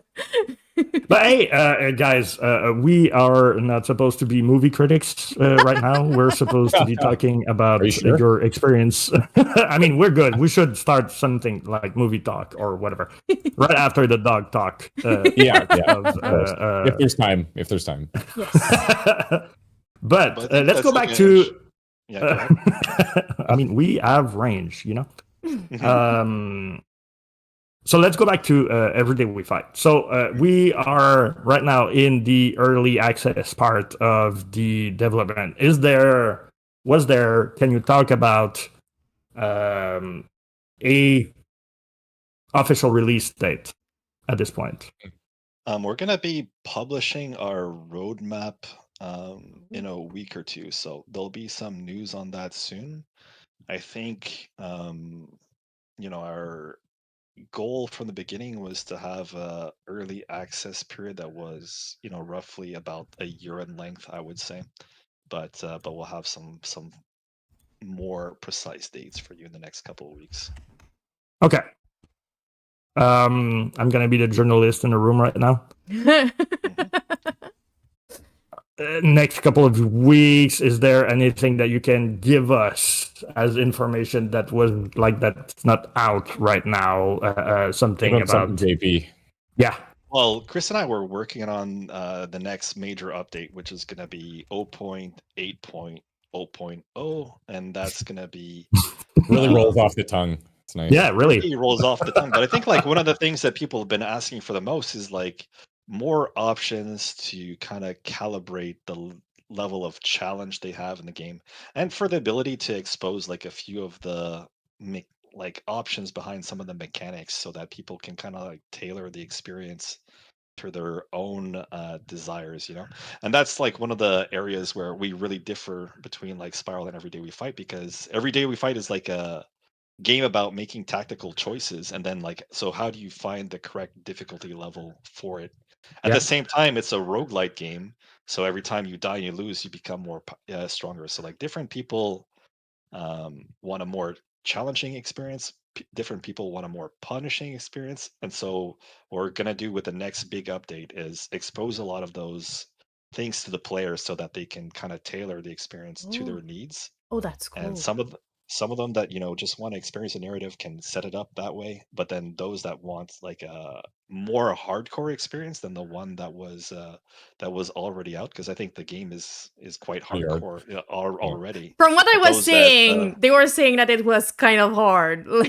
Thank you for thinking about the story mode people like me, so we can experience your game. But I'm also thinking about Wilf and those other hardcore guys, and how much they might want to crank it up to 11. And some people want it to be harder. Yeah. So. Some people do want it to be harder. Yep, for sure. Yeah. So I think that's going to be the next big thing, is like the ability to just tailor the experience to your desire a little bit more, and exposing a lot of those options to the community and the player base. A recent review that we saw was somebody said that the game is harder than Dark Souls. I was like, okay, I don't know about that, but that's kind of a compliment, weirdly. It was kind of like, yes, it is. Yes, it is.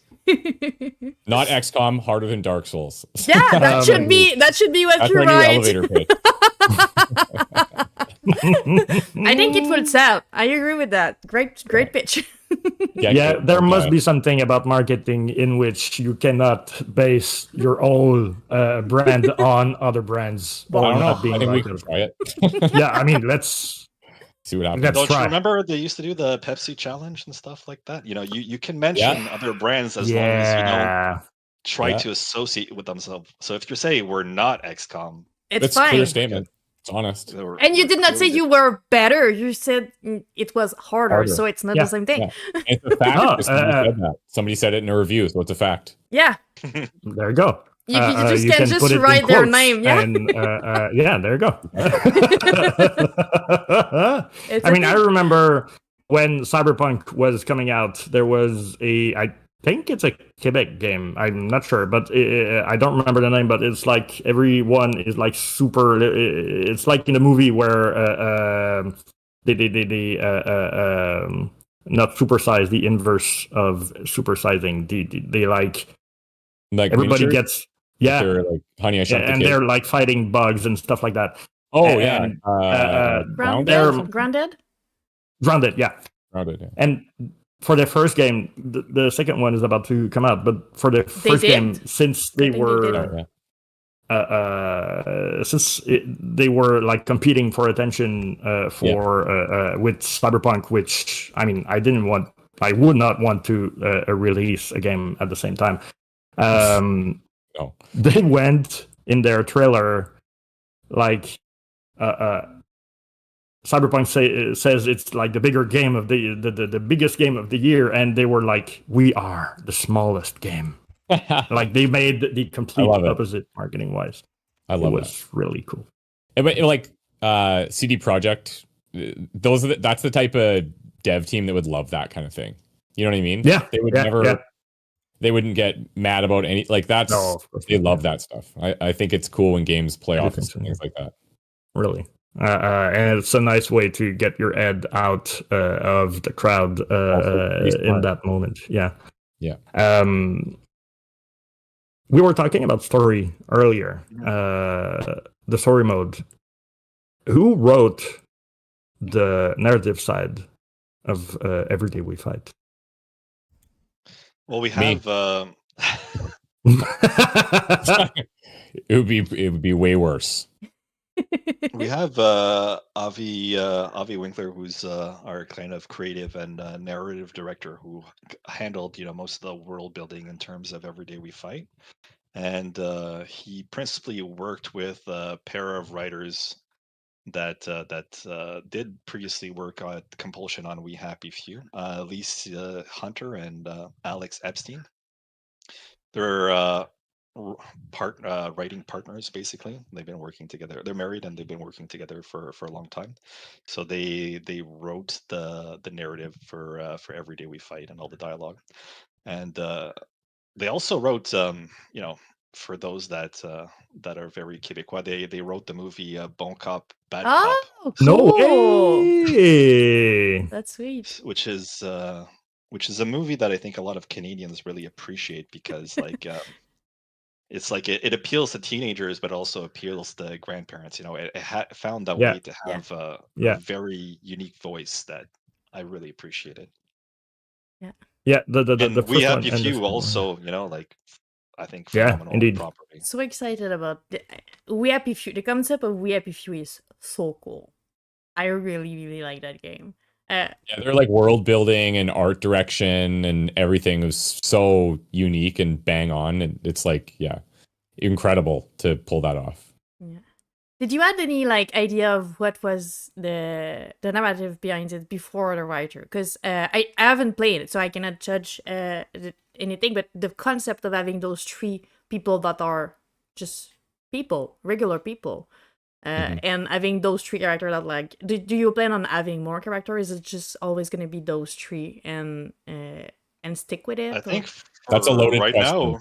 For right now, it's going to be those three. We were planning on more, but now our focus is shifting to other elements of the game, because that's based on what the community is saying. So you're keeping those three. You're gonna add Walter, but you're not gonna focus on. Right. We're gonna add Walter. You heard it here. Walter is getting added. I did want to add a dog for the longest time to the game, because I think let's go. It's great, I'll bring him in for 3D scans. Yeah. You guys can use super realistic imagery. Yeah. To be fair, your question a bit more in depth, about the, we wanted to make a roguelite game, so we're okay, it has to be a time loop, because we're gonna die and we're gonna start up again. Yeah. And I don't have a lot of money, so I can't have too many characters. So it's gonna be these three guys, these three characters, stuck in this Groundhog Day sort of vibe where they're mostly talking to each other. So that was established before the writers came on. And the writers, they didn't.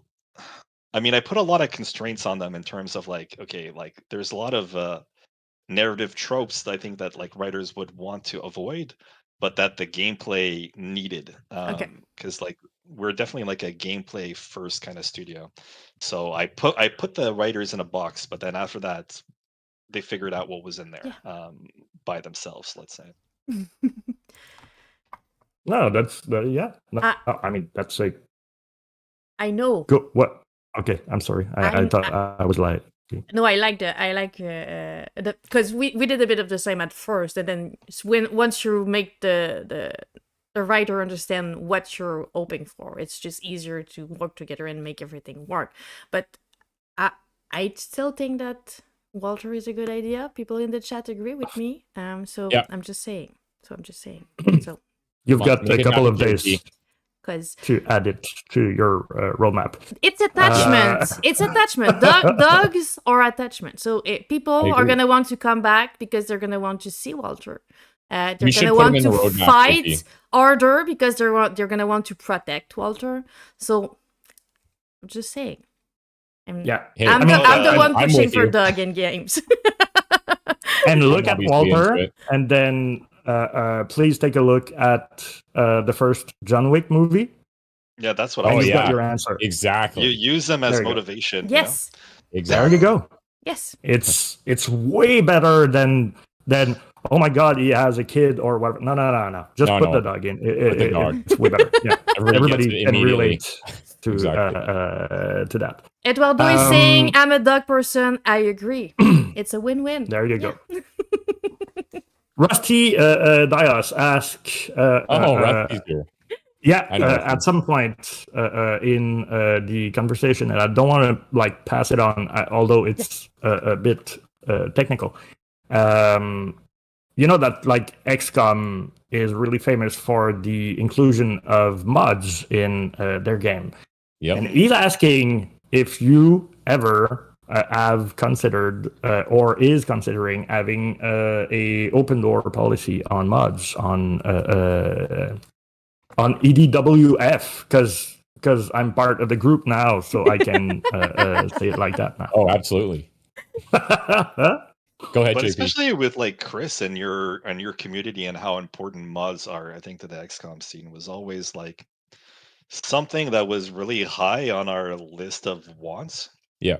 And in our early pitch decks, it was like we had two versions of the game, like basically the version that we ended up making, and then another version that was like this plus mod support plus cooperative multiplayer.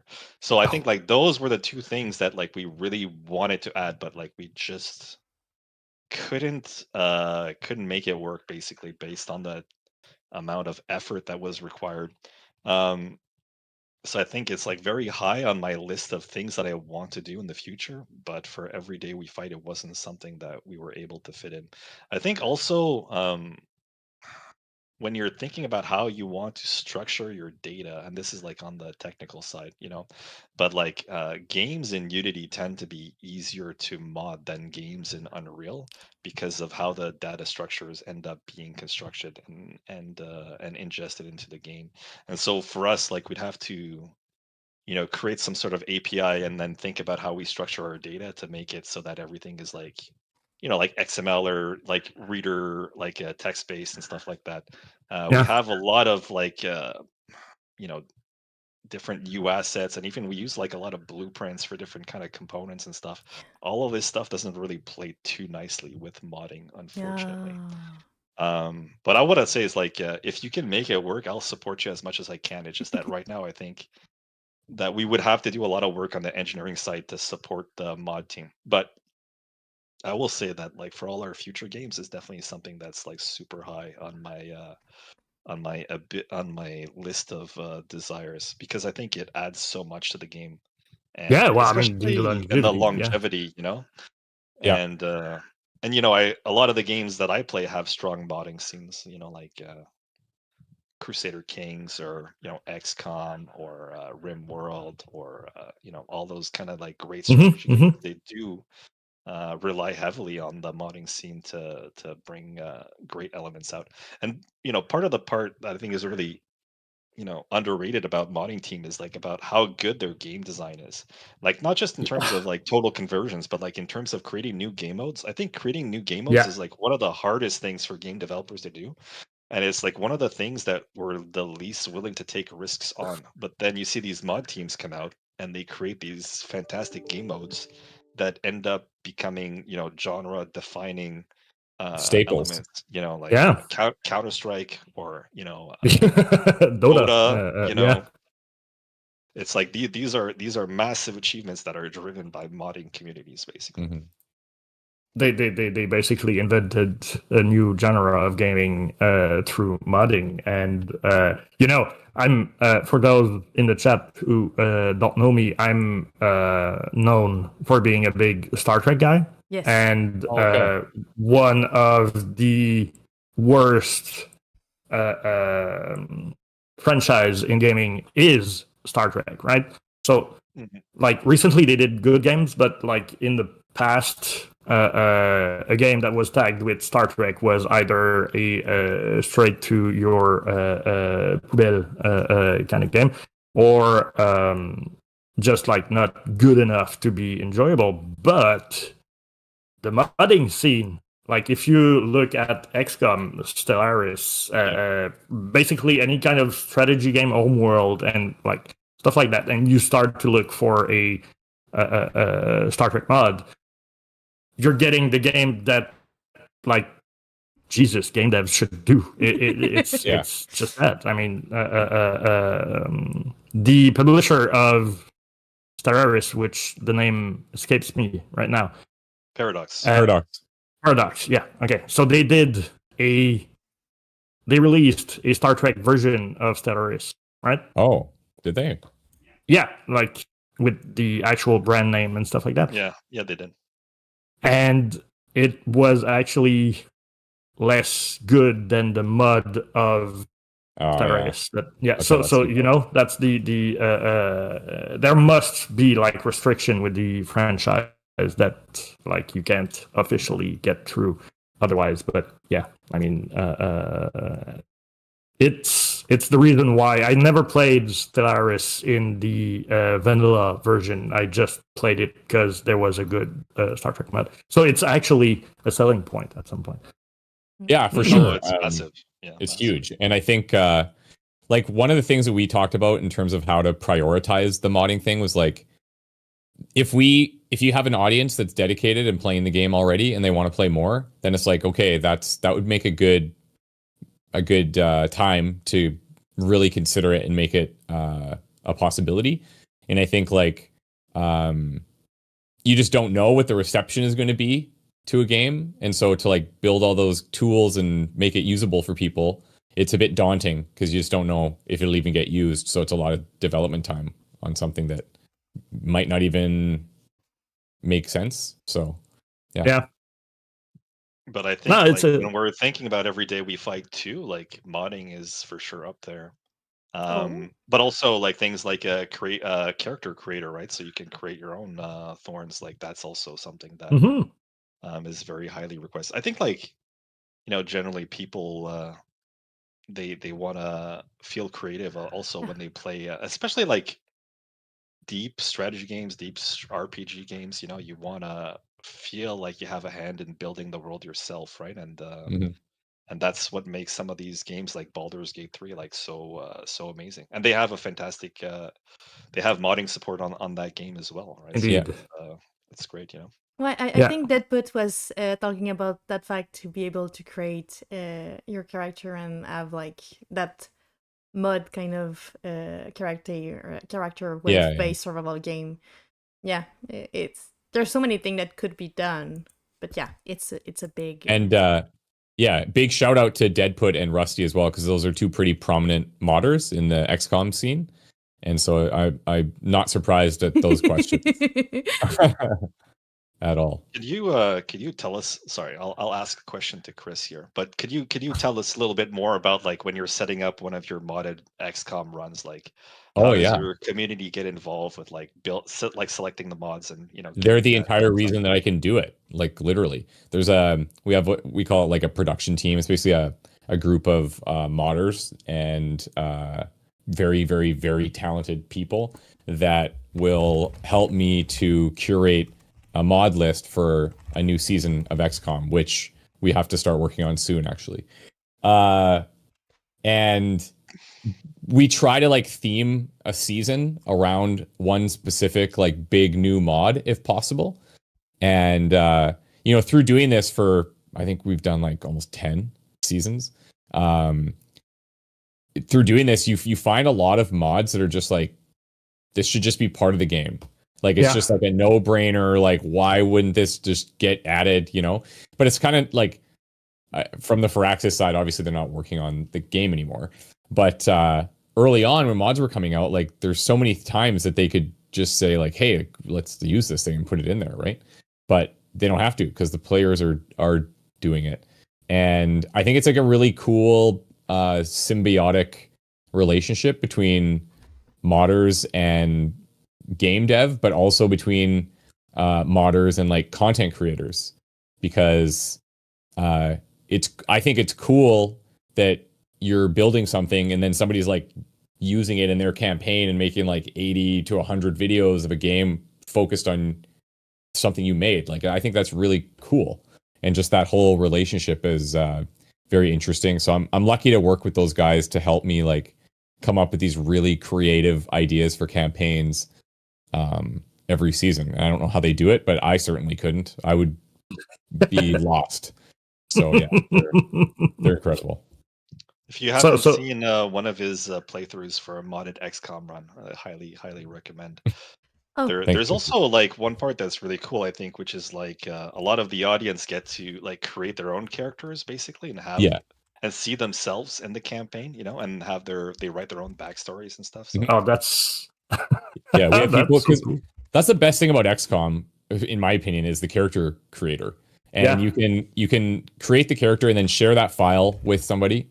And we've got it like, there's people that Kex and liiiivee, they're the ones that take the most care of this. They review every single character submission that comes in, and there are thousands, like, it's a lot. And they review them all for like good quality, interesting backstories, make sure that there's no like weird gaps in the cosmetic mods that they're using. And like, that process alone, I honestly believe, takes longer than recording the entire campaign. I truly believe that. Like, I would guess, an insane amount of work that they do, and they're the best for doing that. So, it's cool for viewers, it's cool for content creators, it's cool for the publishers, the developers. Like, the game stays alive because of these guys, So it's indeed very cool. The XCOM 2 runs are fantastic. Great community. Watched them many times. I've been looking, although briefly, through your channel, and I'm kind of amazed at the amount of people, because like, I'm being a turn. Like, I like single player game. So and turn-based strategy used to be more toward the single player. So like, you always end up thinking that you're pretty much alone in your world liking that game. And like I remember the first XCOM, which was on the Amiga back in the days. And I'm saying that because Andy's in the chat and he's gonna know what I'm talking about. And like, I was like 14 years old, and that whole world was like, oh, hold on, there's like, I can name characters. What?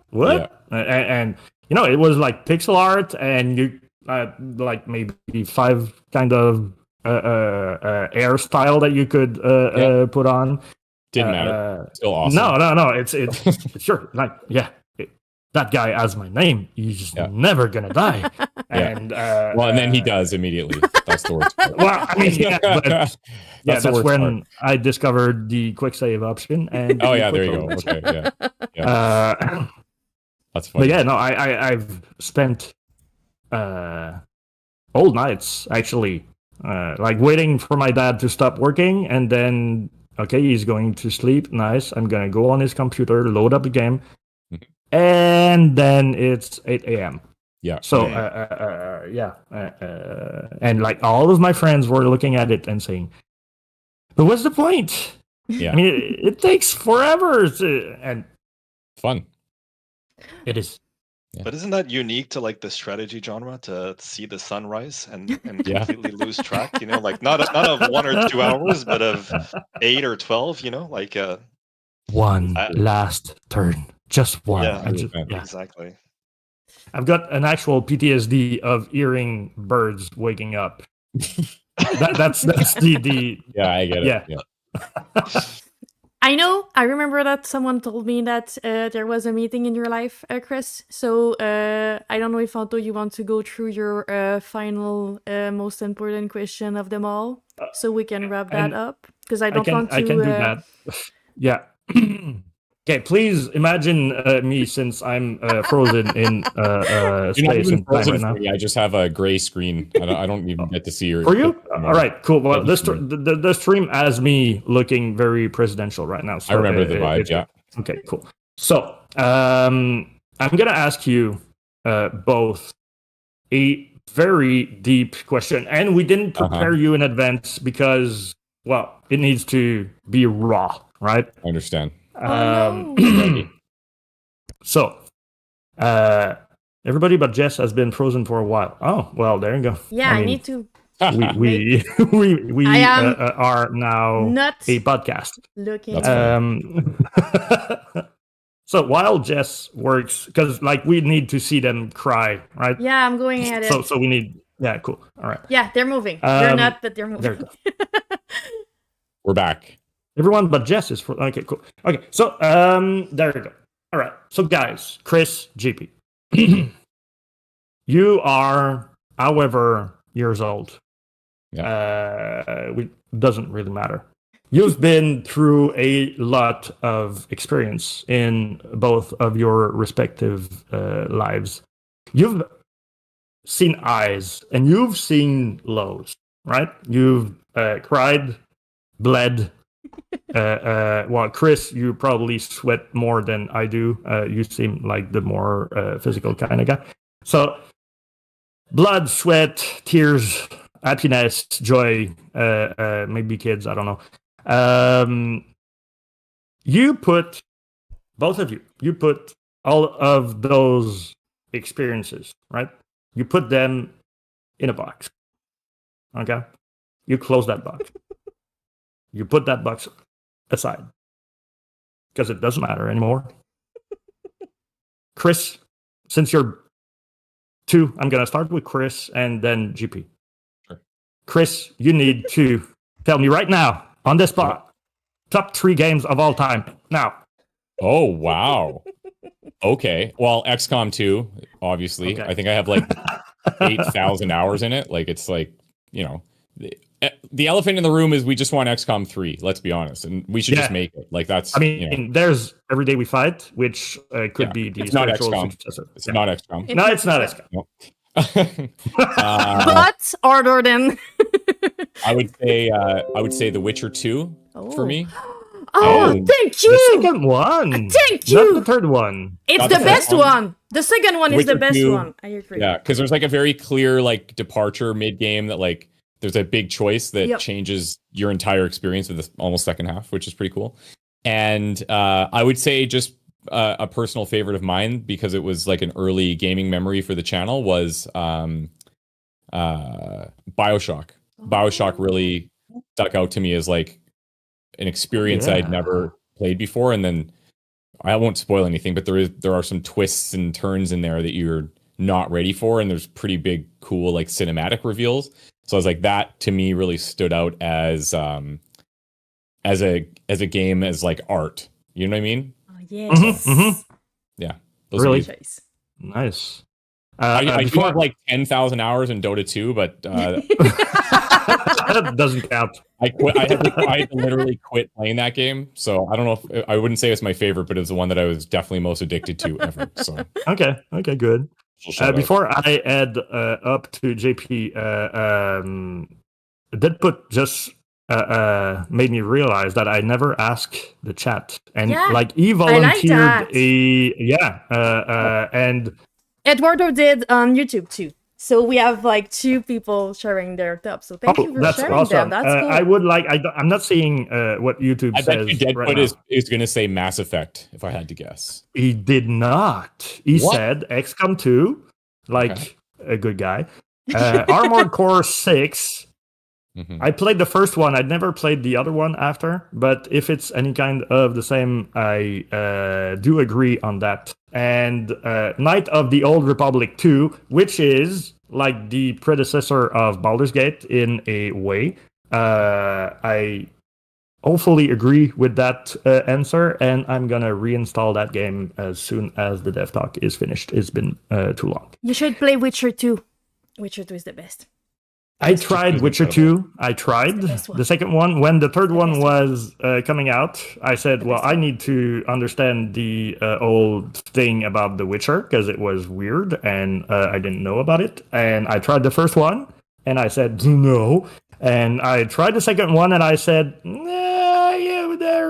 it's way too hard. Let's forget it. The first one is rough around the edges. Let's say. Oh, it's super rough. Yeah. But the second one, the story, the second one is thank you for saying that, because not a lot of people are giving props to the second one versus the third one, and I think it's the best one. So I get it. Like the third one really got a bunch of new people into The Witcher and spawned like the Netflix series and everything, right? Like it was pretty major. But the second one did something pretty special, and I think that it deserves to be called out. Deadfoot is saying Mass Effect is a really good franchise indeed. Yeah. So. I would agree with that too. So, Fallout 1 and 2, Half-Life, Red Alert 2 are 3D. We must be pretty much the same age, I think. Red Alert 2, that's wild. Red Alert 2, I've managed to, and it was really complicated, but I remember networking 2 PlayStations together. And you had to have 2 TVs, and you had the link cable between the 2 PlayStations. Those are like some of my best gaming memories with my buddies. Yeah, I mean that's the first like kind of LAN that you could do when I was a kid. My God, was that fun! So many bags of chips have died on that floor. But now, since we've done Chris, JP. I'm sorry for that, because since you've like been working in the game dev environment for so long, I'm not gonna ask you your top 3 games. I'm gonna ask you your top 3 movie/TV series. I like that you took a twist on that for him. I mean, you could say your top 3 after gaming wise, but I want to know. I'm trying to, because you've been like thinking about it for so long now. Since I've asked Chris, like it's too easy. It's too easy. Really not fair. I think my tastes evolved over time, but if I had to say it right now, number 1 favorite movie, Barry Lyndon, I would say. Oh, nice. Never heard of it. Well, I'm not surprised. It's not really known, and actually, I'm googling it right now because I'm not sure I'm thinking about the same thing. Yeah, it's Stanley Kubrick. I got you, JP. I got you. Yep, Kubrick. 1975. I'm gonna say sir from now on. GP.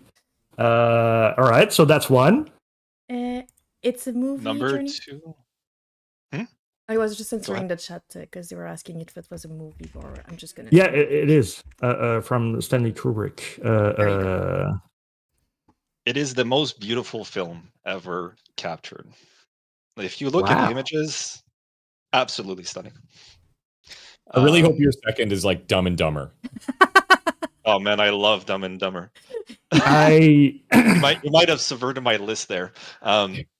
No, I would say number 2. I mean, I want to put a Kurosawa in there. Either. Wait, hold on. You cannot like just like skiff over Stanley Kubrick like that. There's has to be more to be said about that movie. About Barry Lyndon? I mean, yeah. Let's talk about the lighting first of all. Like, because all of the interior scenes are candle lit, natural lighting, and so you have like this very dark candle lit period piece. It ends up looking like these images that were painted by the Dutch masters, in Indeed. the 17th century. And he famously also got this lens from NASA, because they have these incredible wide shots, like super wide angle, but then they bring the perspective in super close and you keep this incredible clarity. So they have like these just like incredible lenses that they use on this movie to capture these images. So I think like from a photography point of view, it's completely unmatched. And the story is great, especially for somebody. I'm in my 40s now, so like you look back on life and you talk about the highs and the lows, and it's a movie about that. It's a movie about the highs and the lows of life. And I don't think you can really like the first time I saw it, I thought it was so boring, and then the second time I watched it, I was like, oh my god, this is the greatest thing I've ever completely seen, agree. I went into that movie thinking that it was like a period piece about a new world and the war and stuff like that, and it's not that at all. I didn't know about the lens though, and I've watched it like maybe 2 months ago or something. I went into a Stanley Kubrick phase, and all right. So I awfully agree with your choice, JP. Would you care to give us your number 2 now? It's going to be a tie between Rashomon and Seven Samurai, I think, for number 2. Both hugely influential films that marked me a lot. Very, very old. I like to watch old movies. Yeah, I see that. Yeah, no, that's. Oh, really? We weren't sure. No, but I defy anybody to watch Rashomon and not question their view on life and their view on truth. I've never seen it. Now I want to do it. And I mean, Seven Samurai is like the most influential action movie of all time, probably. I've seen it come up in a lot of like inspiration, like other people. I think I've listened to something with Tarantino recently, and if I remember correctly, he said that some of his work comes out of direct inspiration from what was his name? Akira something. Akira Kurosawa. Yeah, there we go. And then third is Dumb and Dumber. Just to recalibrate, it was eye level, and then we have Dumb and Dumber. Is it I like it. Jim Carrey? Is it why Dumb and Dumber? Let's talk about this, JP. That scene where he drinks the piss out of the beer bottle. When I was a kid, that was the absolute pinnacle of comedy for me. Yeah. No, when I was a kid, I could quote every single line from that movie. Like Chris and I, we hang out a lot. We have a lot of the same tastes. So when he throws that out, it's just like a throwaway. But no, Dumb and Dumber, like I was obsessed with that movie when I was a teenager. It was phenomenal. Nice. That's I'm also awesome. a big Tarantino fan as well. Like you mentioned him before. Like I love Tarantino. Great filmmaker. Definitely. Yeah, not really. I'm pleasantly surprised by your taste in movies, Sir GP. It's rare to find a kindred spirit in that field. Well, if you're not working in cinema, actually. So what's your favorite then? If we're so kindred, maybe I'll get some new movies for my Pressure's list. on. Shit.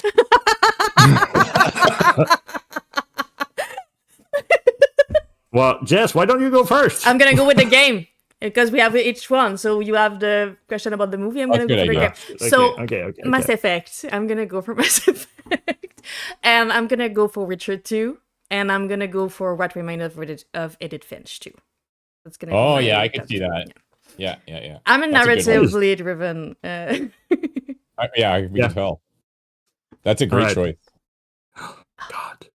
Finch indeed, yes. What Remains of Edith Finch is, Definitely. No, it is. She made me play that game when it was like kind of so you want to work on Spiral, so you need to play that game first. And I'm, like I said, was not into narratively driven game. Why would I spend 6 hours in a game when I can spend those 6 hours designing my XCOM character? That was pretty much my thinking. And it blew my mind. It opened up the whole genre of I mean, have you played that game? Have you seen that game? Okay, yeah. So the on the channel actually. Yeah, well, there you go. Yeah. The fish part was the one that made me understand that, like we were talking about Kubrick. What Kubrick did for the movies in general, those games make you understand that you don't have to follow the same path and the same logic every time. Yeah. So no, it's really brilliant. It's Jesus. But yeah, I'm just gonna before you go on with your movie, I'm gonna go just answer that. But Mass Effect is a whole thing for me. It's because like always playing it and is not doing the first one for me. It's not logical. I need to play the three of them, and I need to play the three of them like just together. It's the whole you got to thing. bring your save file over. Yeah, exactly. Right? Yeah, definitely. And I'm always doing it the same way. I'm always the same character. I always make the same choice. Are you always Paragon? Yes. Yeah. I'm a mini. Me too. Just like 2 or 3 times, but I'm full on Paragon. Yeah. And Shepard is not mean. I'm surprised to hear Mass Effect, because whenever people ask me about what sequel most improved on the original, I'll always say Mass Effect 2 is is the sequel that all sequels should aspire to be, because of how much it perfected that Mass Effect formula. Definitely. Definitely. That's saying a lot, because I mean the first one is not that bad, but like the combat section is, in my own taste, awful.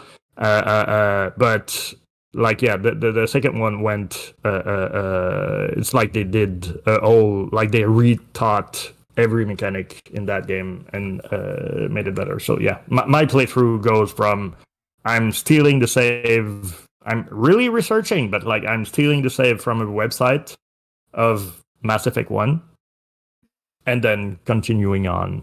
Jess does not like that. You have other she does not. Redeeming qualities, but that one is not one of them. It's fine. That's a nice way to say it. Yeah. And also, I always try to play Renegade, but like there's a point where I feel too attached to every character, and then I end up messing up everything. And I say, all right, I'm a good guy again. There is people that can die in that game that I didn't knew they could die, but he killed them, and I was. Yeah. I prefer when games do dialogue choices where it's less obvious what the outcomes are. Like I just find, obviously Mass Effect was like a classic and like insanely popular and deserves all the accolades. But I just felt like from a dialogue narrative perspective, like you were presented with choices, but you generally are just picking the Paragon choices and or the Renegade choices. Even in where they're placed, you know what you're choosing. So I agree with you. Exactly. So it kind of like takes away that choice for me a little bit. Whereas like, I can't think of a great example right now, but like where the games just have a little bit more of an ambiguous outcome for your dialogue choices, those are more interesting to me from like that specific mechanics perspective.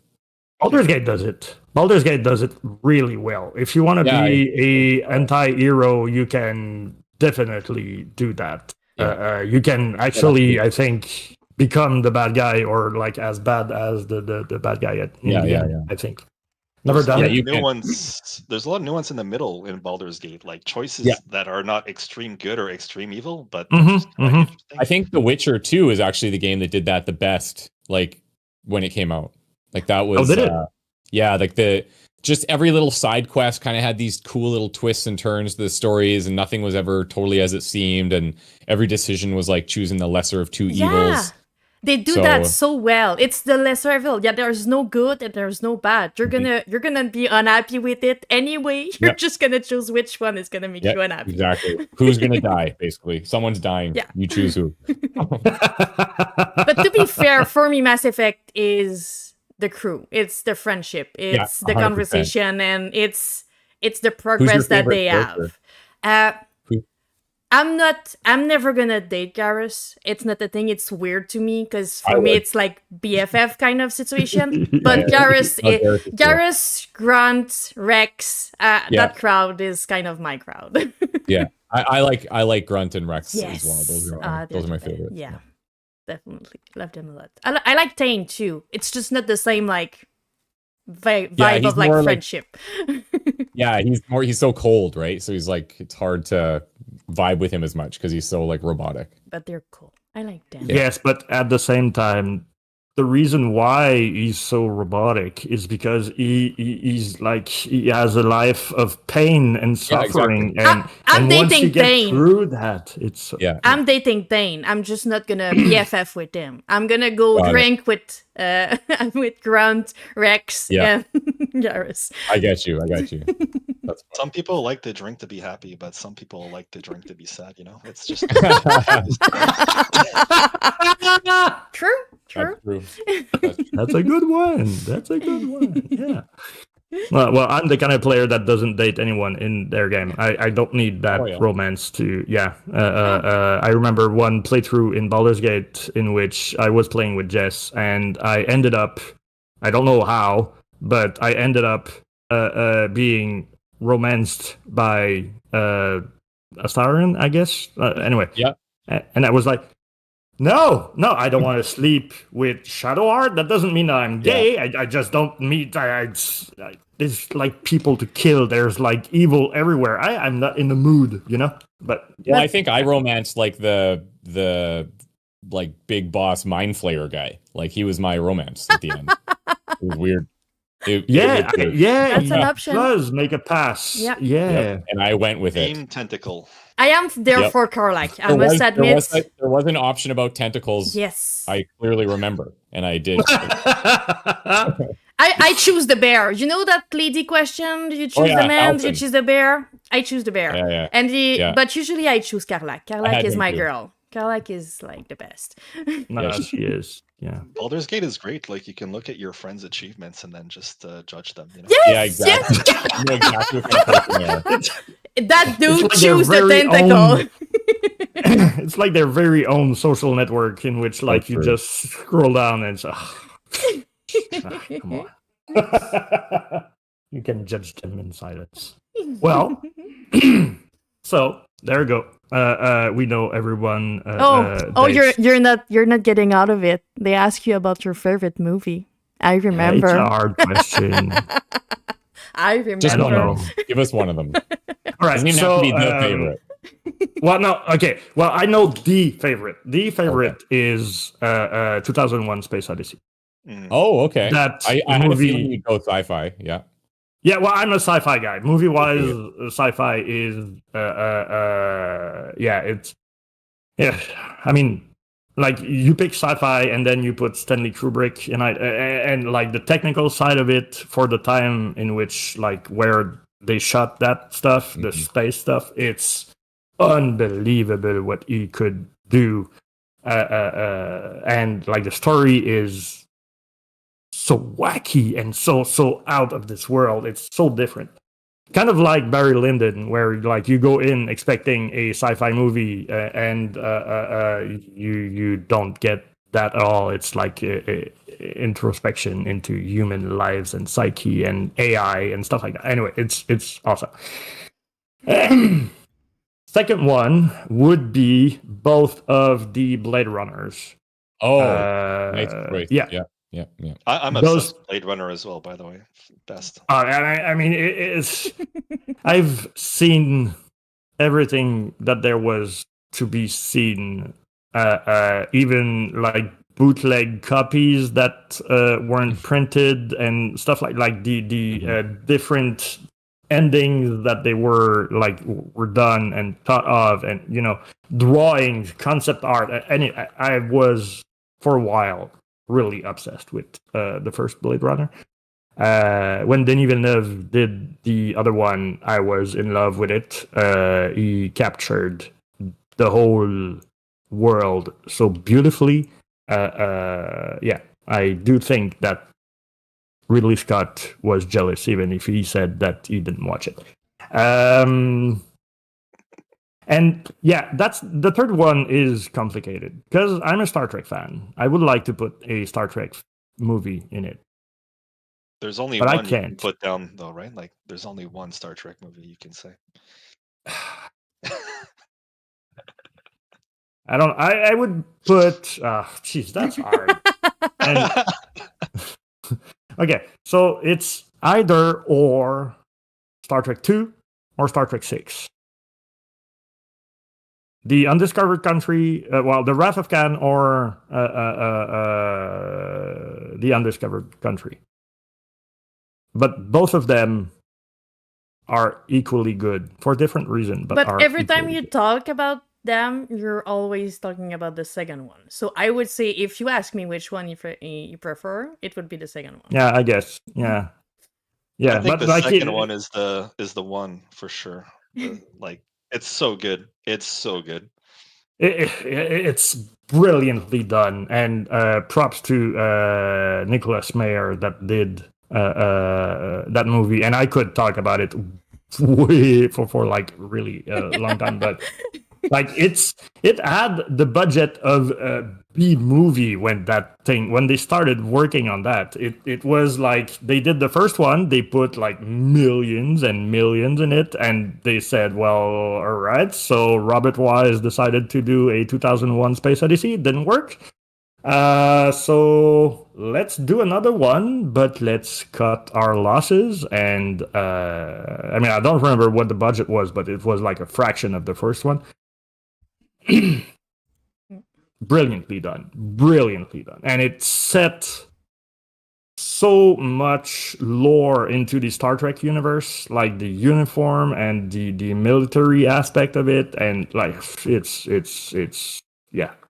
a beautiful I remember the day I was like 9, 8, maybe under 10, where my parents went to see it at the cinema, and they didn't bring me along. I remember that day. Can you talk a little bit about what you think about Khan as a character? I think it's such an interesting. Yeah, I mean, well, like with the politics side of it or aside, because I think it's like getting even more relevant these days than during the 80s, where like all that sci-fi stuff was so far away. But he was painted like in the original series like the I'm gonna say typical bad guy, like warlord, overlord. I'm gonna rule the world, and it's gonna be like what I, But in the second one, he was after like revenge, and you see that like the fun part of it. It was not him, and because that's a trend in the later Star Trek movies, like the one that came out recently. Like they're always against the Federation as a whole. They're gonna destroy the Federation. It's like it's not about one person. Like their motivation is just like too big. Khan just wanted to kill and make Kirk suffer. That was his goal. He didn't care about anything else. Didn't want to like crush the Federation or whatever. It was just his ambition, his obsession is kind of like Moby Dick ish in some part, where he lost he lost everything. And even when he lost everything, he did try to like kill Kirk with, I think, was it Shakespeare at the end he was quoting? I mean, that scene, gee. The whole movie is very Shakespearean, and yeah. But I mean, I love Khan, like one of the great all-time villains. In two specifically, like yeah. I mean, you had the space. The funny thing is, since it was like a B movie, I don't know if you knew that, but like there's a lot of like conversation between Kirk and Khan at different time in the movie. They never met during the movie because they were always speaking through either audio or to a camera, like ship to ship, kind of thing, which is kind of funny that they were able to pull off. Ricardo Montalban, in particular, was able to pull off a brilliant performance while talking straight to a camera in front of a like blue screen. It's like, Jesus. You have to be a great actor to be able to pull that off. But yeah. So Star Trek 2 it is. Number 3, Star Trek 2. But like closely followed by Star Trek 6. As the you could just had all the Star Treks and we would be okay. Oh no. Don't start him on that. No. The first one is excellent to fall asleep on. Got it. Right? It's the perfect one to watch when you can't fall asleep. You just start it, and then the next morning you say, "Oh well, I just got to like the ship porn side of the movie." The third one is not bad. There's a good action, good performance from William Shatner, but like the whole script is kind of the one where they save the whales. No, that's the fourth one, which is good. Oh. But that's the movie that was supposed to be with Eddie Murphy, so that gives like the vibe that it has. Like it's a funny-ish movie. But yeah, they do save the whale. Spoiler alert: the movie came out in like 1984. If you haven't seen it, you're not gonna see it now. And the fifth one is the one that was made by Will Shatner. It's the worst one. It's like the worst of the worst of the worst of the worst. It's like not good. CGI is awful. Everything is not good with it. And one is made the second one. So it's good. And not only is it good, but it was made during the... I'm going to shut up after this, I swear. It was made during the fall of the Berlin Wall. Oh. So the fall of like the old Soviet Union thingy. And so like there's like a bunch of like political comments that go underneath, and it's good. It's good. Mainly, the moral of the story is, why can't we all be friends? And yeah, so there you go. I've finished my Star Trek. It's not because people are not interested. People in the chat agree with. I'm not even looking at the chat right now. Yeah, I'm telling you, people are there for it, but it's just because I told our guests 2:30, and we're closing on 3:30 right now. So it's just that we lost control of time right now. So if people in the chat ask those questions, if people in the chat wants more of Star Trek, just come back with our next stream and say Star Trek in the chat, and then it's gonna go for like hours, and it's gonna be fine. It's just we found it. They probably have button to push. Have you seen Lower Decks? Go watch Lower Decks. Lower Decks is super excellent. It's good. It's not because it's animated that it's not good. It's true, but yeah.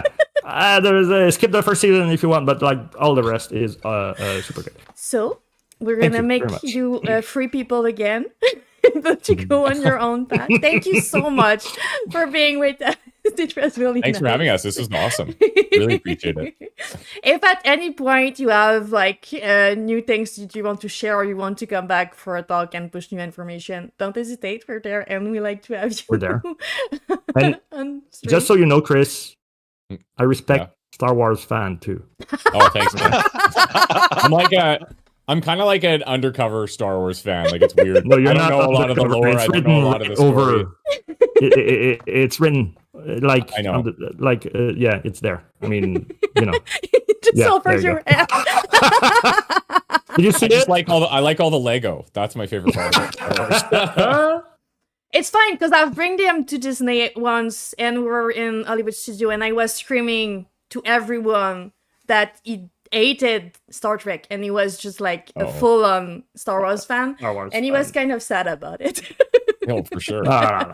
The Disney Star Wars section in Hollywood Studio is. I would like to see something about Star Trek that done that way, but no, I mean they got it. They really do got it. So Paramount, are you listening? Give us the theme park. Yeah, well, I mean they closed the Las Vegas one in the 90s, so I'm not sure that they're gonna. Yeah, and it's not apparently a good year for tourism in the U.S. right now, so. Maybe wait a few years before. Not enough Star Trek in Vegas, that's why. There you go. There you go. We said it. It's live. It's recorded. It's been said. Thank you. So, are we raiding today, or are we just... yeah, we should. Yeah, I'm... Do anyone in the chat want to propose someone? Or if not, we can go see Zina. She's covering Gamescom. She's covering Gamescom. That could be cool. I think we can go there. Otherwise, there's Mama EP, but I think she's in a... we already raid not so long ago, Mama IP, so we're gonna go with Zina, and she's covering Gamescom, and Every Day We Fight is with Odette Archer. Gamescom, so there's a link. There you go. So I think when I go, we've got a shirt to that. Thank you so much, everyone. Guys, closing comments would be Star Trek is better than Star Wars, and I can't wait to play Every Day We Fight.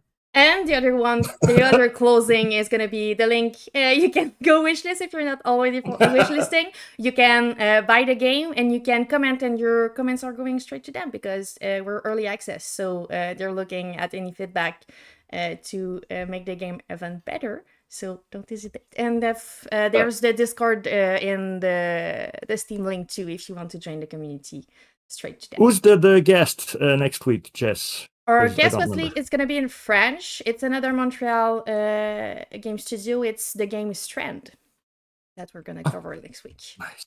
Cool. So awesome. There you go. Thank you, Chris. Thank you, JP, for your time.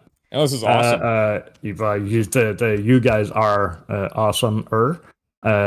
Like aside from the Star Wars thing, but yeah, I mean, I can't really hold that. Can't be perfect. No. Other redeeming qualities. I'm gonna leave you when we're gonna close. I'm gonna leave you with Anto just because I'm not able to concentrate on two things at a time, and I'm gonna be on the right. So thank you so much for being with us. Okay, it was great. Thank you, guys. And let's rate that thing. Thank you, let's everyone. Rate. Thank and you. Have a great day or evening, depending on where you are. We're really grateful for you being. And thank you. Bye, Maven. Bye, Deadput. Bye, Andy. Andy, you should start your stream earlier so that we can read the